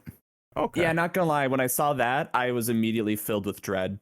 Because I was like, damn it, there's going to be another Dead by Daylight that's going to get completely abandoned, like Friday the 13th, Prop Hunt, the one Alien Predator one, the fucking... And it was like, I don't want to see another one get abandoned. You have to sit there and be there for the long haul. You gotta love your child when you create it, damn it. Yeah. That's what happened to Resistance, is like, this is a great idea. No one loved their kids. It was just like, it was great. I'm not going to go into this, like, because I said I can talk tons about Resistance. I think the problem with Resistance as well was that it was a game that it was totally, I think it was fine in what it was wanting to be, but it was a game that no one wanted at that time. And I think that's the problem, especially as well for stuff like Dead by Daylight and that sort of style of gaming, when it corners that market so heavily. Because unfortunately for like opposition to establish itself, it's got to put in a lot of effort over a long period of time. You can't just walk into it and say, oh, I'm the new kid on the block, and everyone jumps over. It's not quite how it works. So but I think something like that would have been, I guess it would have been interesting to explore, but I feel like it probably would have been fated to struggle, I think, in comparison. So especially now you've obviously got like Silent Hill, crossover material as well, Dead by Daylight, stuff like that would have to surely be withdrawn, and I guess they would feel why they need to do that. Why not just be a part of Dead by Daylight, which does perfectly fine on its own. That ticks that box. So I guess that's why we're not seeing that. Honestly, I'm having mild expectations on it for the simple fact that it's giving me Outlast type of vibes, because like, I guess, yeah. From the screenshot of the monster, you're seeing like a live feed, like this is going live across, like let's just say between friends. So because in the trailer you see like a group chat or something like that, or like a stream type of thing, and it's like I hear it. It's after Amnia. Anima, the money they use in Neo. Yes, it's after that. Okay, so I never really played Outlast, but I love the whole chasing like something's after you. That's why I'm mildly intrigued by it. As well as it's also given me Grave Encounter vibes. If anyone has ever seen the movies, I have not. I Oh, think I what? heard. I think I heard of them though. I'm not. I'm not fully unfamiliar with them, but I don't think I've Yeah. seen them. But just the whole choice system. I mean, that could be Mm-hmm. cool. That could be dope. It depends how you go about it. Yeah, What comic 'cause- series was it where they were like, "Do you want Robin to live or not?" And everyone was like, "Let it burn, kill Robin." I can kind of see that happening. yeah, that's gonna be a unanimous They're decision crushing there. her. That's gonna be unanimous. Do you want to save her? Nah, I just want to see her suffer. For the internet. Bodie McBoatface. Shit, do we have a choice of eating popcorn in it? Like, don't. It sounds crazy, but don't leave choices like that up to the internet because they will choose the chaotic, stupid route. It is a fact of life. Yeah, I'm telling you now, like, if it's up to me and it's the stupidest choice possible just to see the dumbest outcome, I'm picking that first. And they'll say there's no reset option, and like all the hundreds of people who worked on it were like, they killed off all the characters. What the fuck? What? We worked hard on this. It's like, don't let her fall down the stairs. Okay, I don't mind if I do. Yes, by default, we all do the dumbest option, and I personally can say I will choose the dumbest option because last night I was playing a game with some friends. The moment I heard, "Oh, let's take a break and go on easy mode," I said, "Fuck it, I'll kill myself right now." And I just killed myself, and they're like, "You son of a bitch," and I'm like, "It had to be done. This game is annoying." So yes, I would choose the dumbest route ever if it means to give me a comedic relief. Like, okay, I am all for, like, give the people what they want, give them a product that they'll enjoy. And if there's like a choice in the matter, sure, we want their input. Sometimes the audience is stupid. They don't know what they want. Just let the writer tell the story. Then I kind of fear that, or Yeah. I fear for that. Or at least, like, maybe what they should do is, after all the choices are complete, have people go back through, and if they want to optionally pick whatever route they could go on, then they could do that. I think it's not really video game related, but there is something in DC animated, and basically it was called the Death of something, a Batman Death of the Family, and you could pick whatever option you want and go whatever route you want and see different kind of endings, but it was mostly all individual based. So I think maybe doing that after the fact would be good. So I was gonna say the video series Markiplier did, the heist with Markiplier and space with Markiplier is just like binary choices with videos. Mhm. That could be done. That'd be fine. That'd be There's going to fun. be there's going to be a lot of players choosing to stick the character's hand in the toilet or something, like in Silent Hill 2. There's vegetable juice in there. I want it. Reach in there, grab it, James. Oh Fuck, man. my mixtape's down there. Oh shit, my mixtape. Slam it in the radio, it's static, and you're like, I fucking love it. Oh, but This is my jam, boy. I think we have one last thing that they showed, and it was Boy, here it comes. it was Return to Silent Hill, and it's basically a new movie coming out in 2023, being done by Christoph Gaines, who did the first Silent Hill movie. It's supposed to be an adaptation of Silent Hill 2 story. What do you guys think of that? You used Well, the at word least- new, and I'm offended by that. Huh? At least this time the appearance of Pyramid Head will make sense, unlike the other two damn movies. It's a new film, but definitely not a new story at all. Well, like, okay, so I'll admit, I haven't watched the two films. I've heard they're very good. I need to sit down and watch Oh them no sometime. no! One of those films is good actually. Well, never mind. I like watching bad movies because I think you learn something from them. But my Have you first seen Resident Evil by any chance? only the older live action ones were like the first one with the laser fence, and then after that it just got stupid. I was like, so there's clones with coin shotguns, and then they what? Yeah, you're right. You're right. You're absolutely right. Well, But, I think Mr. Paul Anderson would be very upset with your interpretation of those films, but regardless. I'd be willing to sit down and watch them again because stupid will- fun times. The only reason he will be mad is because it's his wife. What? I mean, I'd be mad too. Not the fact that Milovic was my wife, but But in my any first event. my first thought with the movie though was it's like, okay, so we're getting I will start Resident Evil. We're getting the Silent Hill 2 remake. This is great. I love this. And now we're gonna have the Silent Hill 2 movie. But we're having the remake already. Like, why are we double dipping? Like this, we already know the story. Why aren't you making something new? Like that's the main thing that bothered me. That's like I wish it was something new. I don't mind you making another movie, but if we're just rehashing the same thing we're already rehashing. To be fair, one thing Why? I did appreciate, given the fact that this was like a pretty breakneck sort of 35 minutes of trying to cram in all sorts of stuff. They had a full, like, with bits and pieces on the side, like a 6-minute interview with this guy. And I think that was pretty telling. They put some real time into this and kind of explaining. Oh, I why believe he these certain cares. was- I bet he like, loves it. And exactly, that's what they do want to put over. And I legitimately believe that that's the case. And that stood out to me, that like they could have just had like a little trailer and a few snippets and called it a day. But there was 6 minutes of this devoted, like nearly 20% of this entire transmission was spent just talking with this guy. It might be a loving recreation, but it's still a recreation of something that's been already done. It is, and that is a bit of a question mark. And as was noted, like your mileage of the first 2 movies, your mileage will vary, and that's the way it goes. But I mean, look at it this way: when this comes out next year, and Ren here says, "Oh, hey guys, this is coming out. Do you want to come watch?" You're going to say yes. So. Yeah, probably. You didn't think about this, did you? Shit, out of spite, I'm just gonna say no. Damn. If I I'm can, just I gonna will riff say it yes. MST3K style.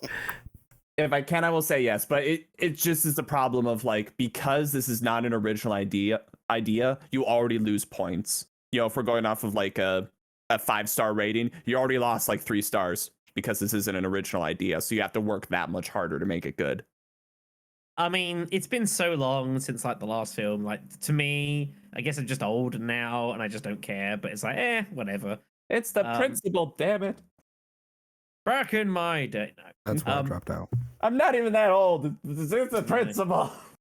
God damn it! But I don't know. Like it's also tricky as well because obviously those of us that have been down this route before and seen these films or these video adaptations know that they don't have a great reputation and they don't have the best track records. And that's not to say that we should be painting this with the same brush. I think that's a pretty unfair thing to do.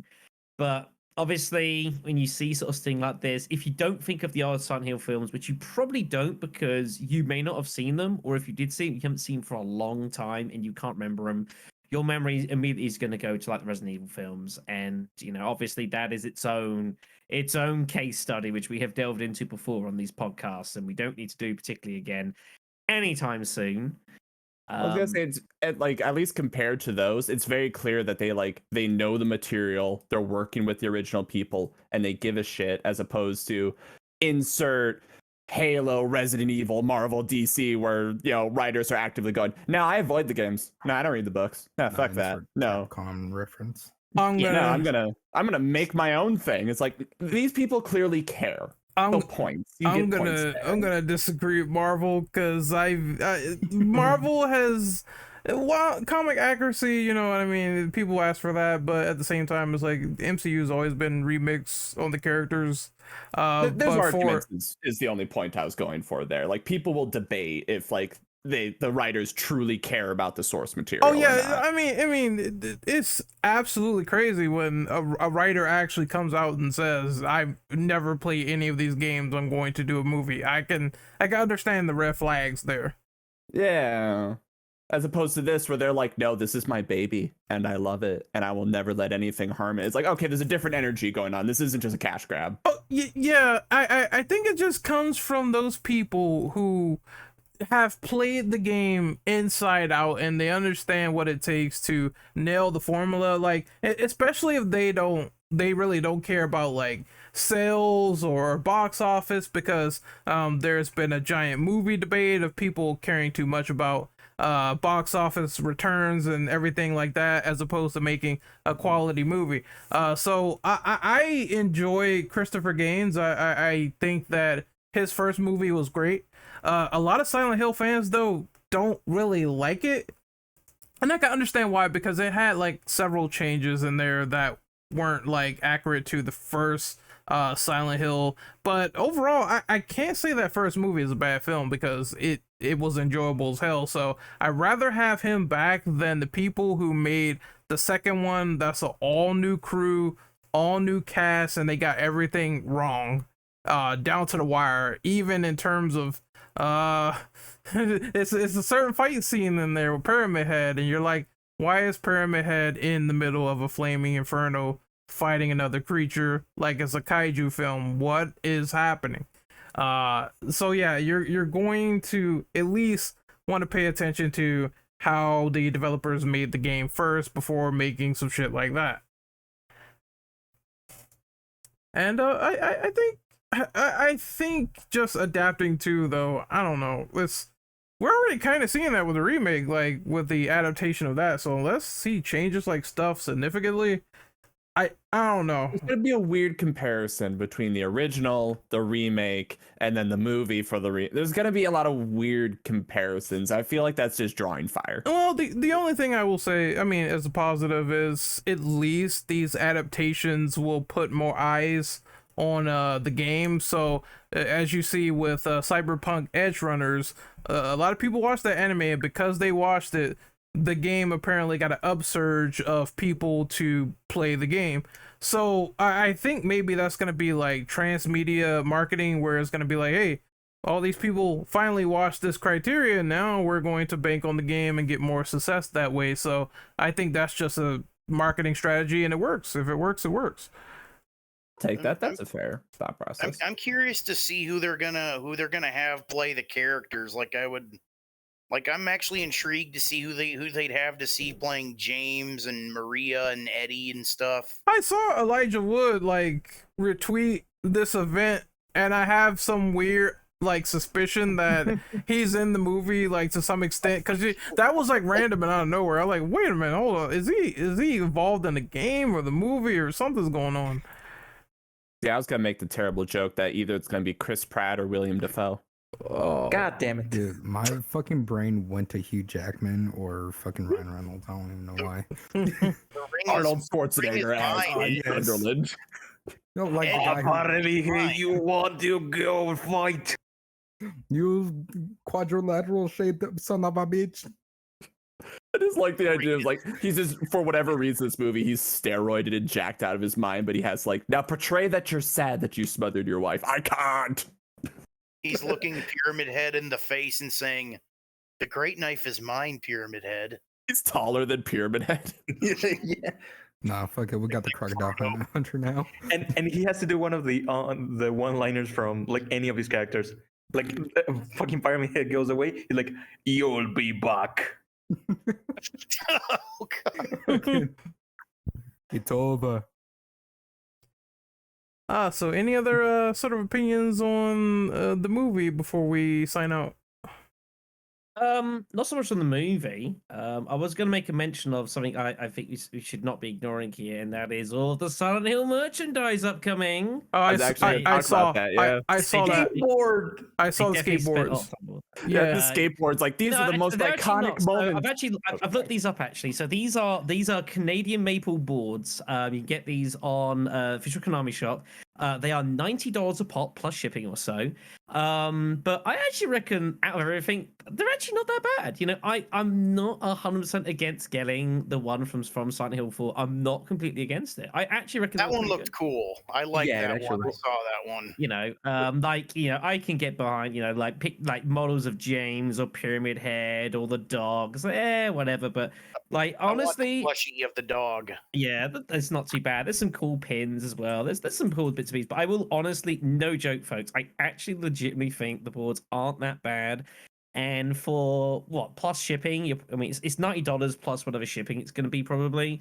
I don't think it's that bad, And I actually think the Silent Hill 4 one, I could kind of picture having that. You know, So- like I've got my channel, I've got my webcam. I need to put something up on the wall anyways. I mean, So Megan asked about those because, like, these are skateboards representing the four most iconic moments from Silent Hill. I'm like, that's the boss that shows up for less than a minute that you beat with a pipe. All right, Pyramid Head is in. That's the rabbit that never actually does anything but just sits there covered in blood, and that shows up in one scene and is more funny than anything else. yeah, it It's has like, very what- weird sounds. Like, so what's the point of those for? Fucking there's the one Tony Hawk game James is in. It's Money. close enough. Yeah, Money, but that's no, what it I, Can't be ripping the. it's the easy to joke pipes. about. But I actually reckon these aren't that bad. Okay. But no, there's no action figure of Pyramid Head sodomizing two mannequins at once at What 1/6 scale the for $500. So frankly, 0 out of 10, worst transmission they've not ever. announced what comes with the exclusive. You know, It's super not duper lore version of accurate. Silent Hill 4. You know, you open your box, you've got your game, you've got like your art book. Like, oh, what's this? Oh my, it's a BDSM scene. What was that Wonderful. one? I don't know if this That's is what I ever want for actually Christmas. real, but there's like this insanely sexualized model of like Tifa doing the one Jacko pose with like with Cloud Oh, sword. I want that, God. but with Pyramid Head. Oh, you're talking Um, about the thing that Max covered, Maximilian dude. I remember that. The other Oh one. yeah. The other I'm sorry, Max. Mom. Shit. I'm sorry. Yeah, for the purposes That's a of joke. your I don't mother, actually want that. I would just- suggest saw that you, those. at this moment in time, Don't be shut weak. down the podcast, turn off the internet, and walk outside for the next 20 minutes. Well, there's that. two more things I need to discuss. Now, I don't know if I have like old man brain syndrome going on here, but did we also talk about the figurines that they showed? I was gonna. I was talking gonna. about right now. Yeah, they were figures. So I wanted to go into the merch. Like, you can obviously joke about it so much, but I actually reckon some of it was not that bad. The merch did give us our first like proper look into like what Maria's design is going to be, for example, because obviously you didn't really see any of that in any of the cutscene stuff. So you get kind of a glimpse of what she's going to look like, sort of her refined sort of model in the game. Yeah. Stuff like that. They mostly Oh, no. kept that the same too. From what I noticed, like she looks exactly the same as the original. Something that I gotta say, just going back to the merchandise a little bit, I don't know if they do have it on the store that they announced or something, but the shirts that everyone presenting games and everything were wearing, I want one of those because they look actually pretty cool. The one that the girl Selena had, or Selena, I forgot how her name is pronounced. I really like that shirt. I would really like to buy that one. So, quick dumb question, since like, I'm terrible and I noticed this when they were showing the models. I was like, yes, red pyramid thing. That's the thing's name. Are models like that normally like $400? Like, I know they're insanely for, like, detailed super and high posable quality. and whatever. Yes, like the Okay. real decent ones, you're looking probably about that. If some of them more. Yeah, I I've had seen flashbacks Godzilla. to in Japan there are like entire stores dedicated to those things. And it's like, here's a model that's like 1/6 size and it's $1,000. And I'm like, what? Yeah, Wow. my friend's got a bunch of Godzilla resin models that he spent several $100s on. So yeah, that's not too far out. Like, Yeah, I but- spend money on silly things, but $400, that's just insane to me. Yeah, I mean, there's variants. I mean, you've got like the I don't remember who did it. I think it was Play Arts. I think it was who did like the models that came out for some of them, at least like Final Fantasy VII Remake, and like theirs aren't so bad. You know, you're looking maybe like anywhere between like $100-$150 like dollars or so probably as a rough base price. But for the real quality stuff, and just to say, folks, if you see it on like your Facebook flames of like, oh, these models are on sale for like $40, don't do it. Just don't do it. Yeah, like I They don't can want do to. I don't want to poop on people for like getting a model of something that they really, really enjoy. That's just something that I wasn't sure about. That if it's like, is this Konami ripping people off, or is this the going rate? Oh no, this is the going rate. Probably. I mean, it's Silent Hill, so they can probably charge a little bit more, sort of thing. But it's probably not that inaccurate as well. So I'm just looking at actually these boards here still. So I'm just going through here. It's going to be about $10 in taxes. Of course, the state of the Great British Pound is absolutely pitiful at the moment. So it's actually probably a good time for me to buy stuff in US dollars. God save the queen. King. Queen. God damn it. I'm sticking to that shit. There's no stopping to it.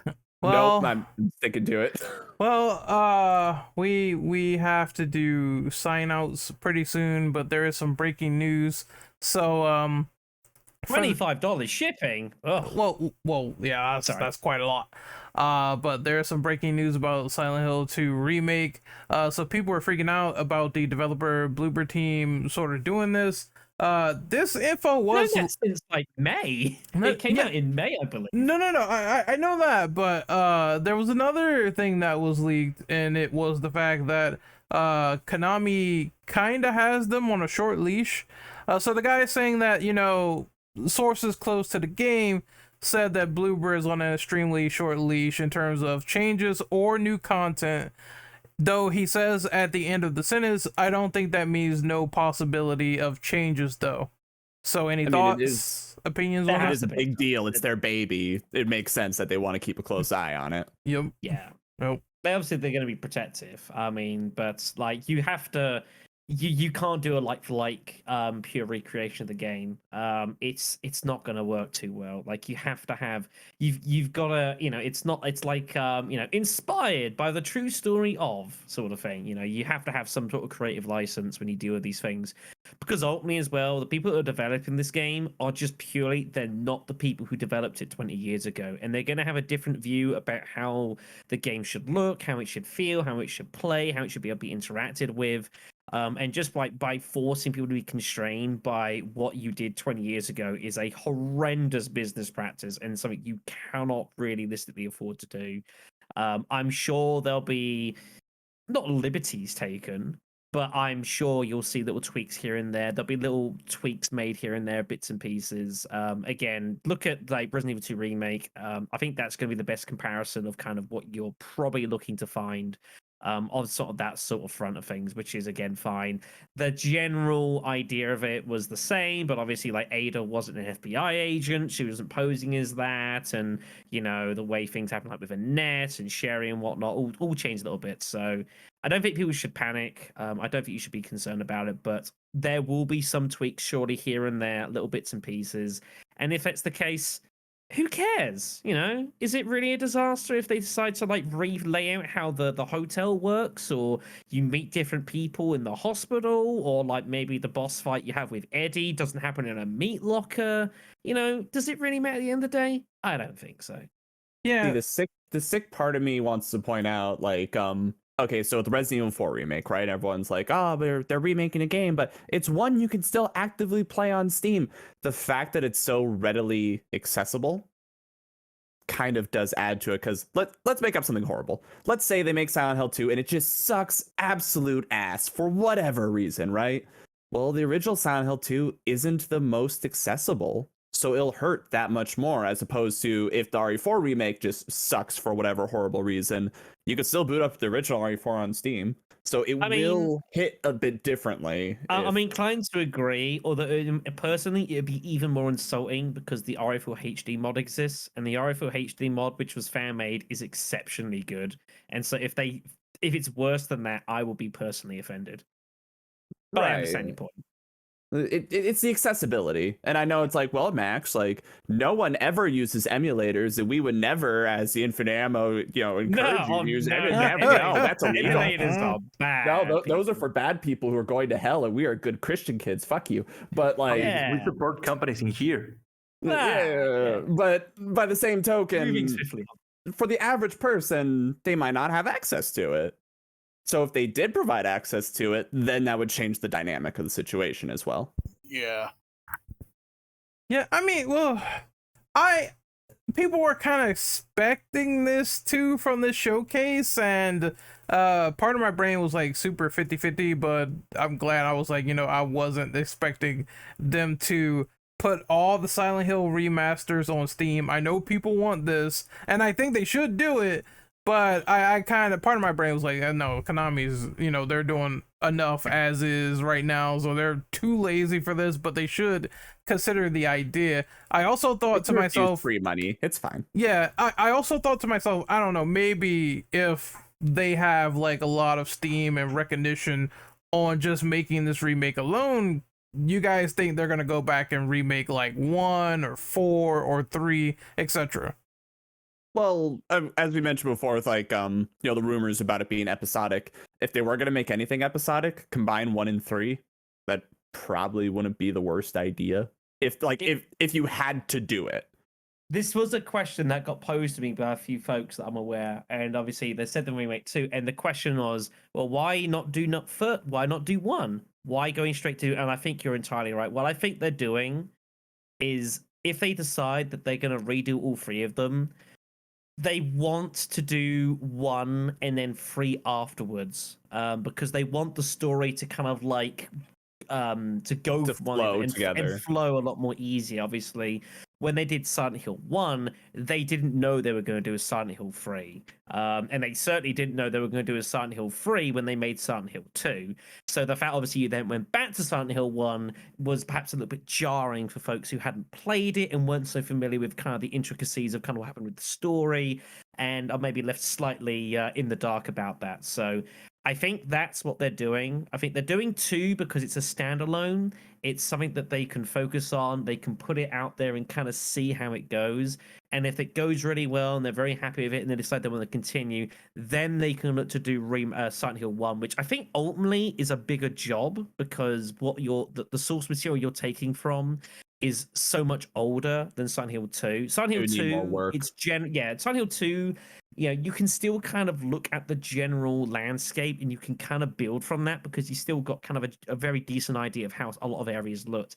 Silent Hill 1, was made in like 1999, I think it was. And obviously it's left a lot more to the viewer's imagination how the town actually looks, because of course you can't see very much of it for obvious reasons and graphical reasons and whatnot. So I think that's why they're not doing it. Not to say that it wouldn't work, and I think it would actually be very, very, very good and very successful. I think they could do a lot of cool stuff with that, really kind of put a lot of new spins and make real use of a lot of the graphical enhancements, and just the technological capabilities that you have nowadays, to have like hallucinations of visions of all sorts of crazy stuff, screen tearing, whatever the hell you want to do. And then they can have Silent Hill 3 follow on from that, and it makes a lot more sense. But I would not want to see any more than that, and that's being brutally honest. I'm totally fine with them redoing the first 3, but I think beyond that, I don't think I'd be any interested at all. I agree with that. Yeah, and plus horror remakes in general, they are the end thing. So if they even decide to interconnect it would be better for them to make this first. If it goes well, then you could try experimenting with like 1 and 3, and then maybe you can get to 4 or something, where Silent Hill 4 is an interesting game, and I would like to see all the backtracking cut down, because I really hate the backtracking in that game. You don't want That's to a wander good around part. the trains being chased by invincible ghosts. Yeah, it's like, but there was some fun parts to it, and I think there was grounds for it to be better than what it was. It was fine, but I'm already kind of like getting a little bit iffy. So even with Resident Evil, even with like RE4, that obviously it will be coming out at some point. Like I'm already, this is spoilers when we talked about Resident Evil in a couple of days, with the showcase coming up for that as well. But I'm already getting a bit suspect about Resident Evil, and I'll talk more about that in a couple of days. So you can feel free to add that one into the question. Okay, we You can want a remake of Resident Evil 5 and then the remake of Resident Evil 6, and they go back to 1, or they remake 7. They're going. You don't want that. I will touch upon They this in my- remakes 1. Yeah, I But they mean, do it again. They're open to that idea, but that's something reserved for the showcase and the next. That's like, a horrible joke. I was joking. no, it's definitely real, but we'll talk I about don't that. want that to happen. There's our teaser for those of you who've made it this far into this podcast. There's our teaser for you in a couple of days. Yep. So I guess that's it for now. So we're gonna do our outros. So you can find me on Twitter at RentOperative_. You can find me on YouTube at Renegade Operative. Next, we're gonna outro Max. Oh god, I wasn't ready. Well, once again, my name is Max Pinkova, also known as Lord Ectro. You can find me at twitch.tv/Lord Ectro, also on Twitter and YouTube and stuff, where I am a variety streamer. We are just about to start, since I'm very, very bad at doing things at a reasonable timer on the calendar. We're about to start our Fatal Frame franchise series, where we go from the beginning to the most recent one, which I'm really excited for, while also playing Final Fantasy IX and Metal Gear Survive. So, yeah, I hope to see you then. Thanks for having me on. Shadow? Yeah, you can find me on YouTube, BlackShadow993, on Twitch at Black__Shadow_993. Only one underscore in the first bit, but still, I have not got the original name. It disappoints me to this day. One day I will eventually claim it, but I don't know when that's going to be. As far as stuff we're doing, it's October, tons of horror stuff, tons of Resident Evil stuff. I have got upcoming melee only runs of Silent Hill 2 and Silent Hill 3 that was earned by my community. I hate them for it. It's gonna suck, but we're gonna try. Silent Hill 1 melee only run actually was quite entertaining and had some of the best boss fights I've had in a long time. So I'm quite optimistic for it. Next up is Jojo. You could find me on Twitter at The Lost Jojo. I'm also on YouTube, Jojo's Woodshed. I'm currently streaming Silent Hill 2 Enhanced Edition. I also did a full playthrough of Resident Evil 2, the PlayStation version. I did that a while back, and I'm planning to do a stream to finish up Dragon Quest 7 and Dragon Quest 11, but I got to do that once I get a new headset, because a few minutes ago, this damn thing just broke on one part, so I'm holding it in place with my hand. You're headbanging to the power equipment and like the burning rust. Little Yep. too much there. He went to the other world. Yep, I went a little bit too hard there. Next Oh, up, those nurses. speaking of Burn, I was gonna say his name. Next up is Bernie. Oh my god, thank you. You can find me also on Twitter as @BurnAeon. That is BERNAEON. You can find me in the same name in Twitch, where I also am a variety streamer. Several things coming just in the spooky month. I'm thinking about playing Silent Hill 4 with as many fixes as possible to have the best experience. So I guess everyone is invited to always go there. It's always free, and you can use Adblock with no issue. And last but not least is Faithless. Damn, you sound a little depressed right there. I was gonna say. Like James from Silent Hill, huh? This guy. You can find me on Twitch, Twitter, Instagram at FaithlessVT. I will always be never streaming because you know who streams nowadays, you know. I'm a variety streamer that does mainly horror-based content, but I look forward to everyone. And we're gonna wrap this up. So this was a fun discussion. Can't wait till it's up. Next is the RE conference. So 25 minutes of Resident Evil, RE4, Village, and more. So that's gonna be crazy. Tomorrow we're gonna be watching, talking about it, and discussing what we see. So What's the odds? What's the going rate for Resident Evil 4 boards for the wall? $100, $150, do you think? I think what they're gonna sell Leon's jacket for like $5,000. I know it's coming already. You know how a shitload of people are gonna buy it. Yep. You know it's gonna be money. Like they could charge 50,000 and they'd probably get some takers. Them jackets are just super expensive and people will buy it. Yeah, $115 for board. I'm considering it. Just to be sure, how much were you saying? Maybe to start saving a little bit, maybe? Just thinking about it. They went to the thousands and then kept rising. It's crazy, man. Okay, maybe I could try it. But I'm gonna end it here. So hopefully you guys out there in YouTube, Spotify land enjoyed this discussion, and take care. TDFNs.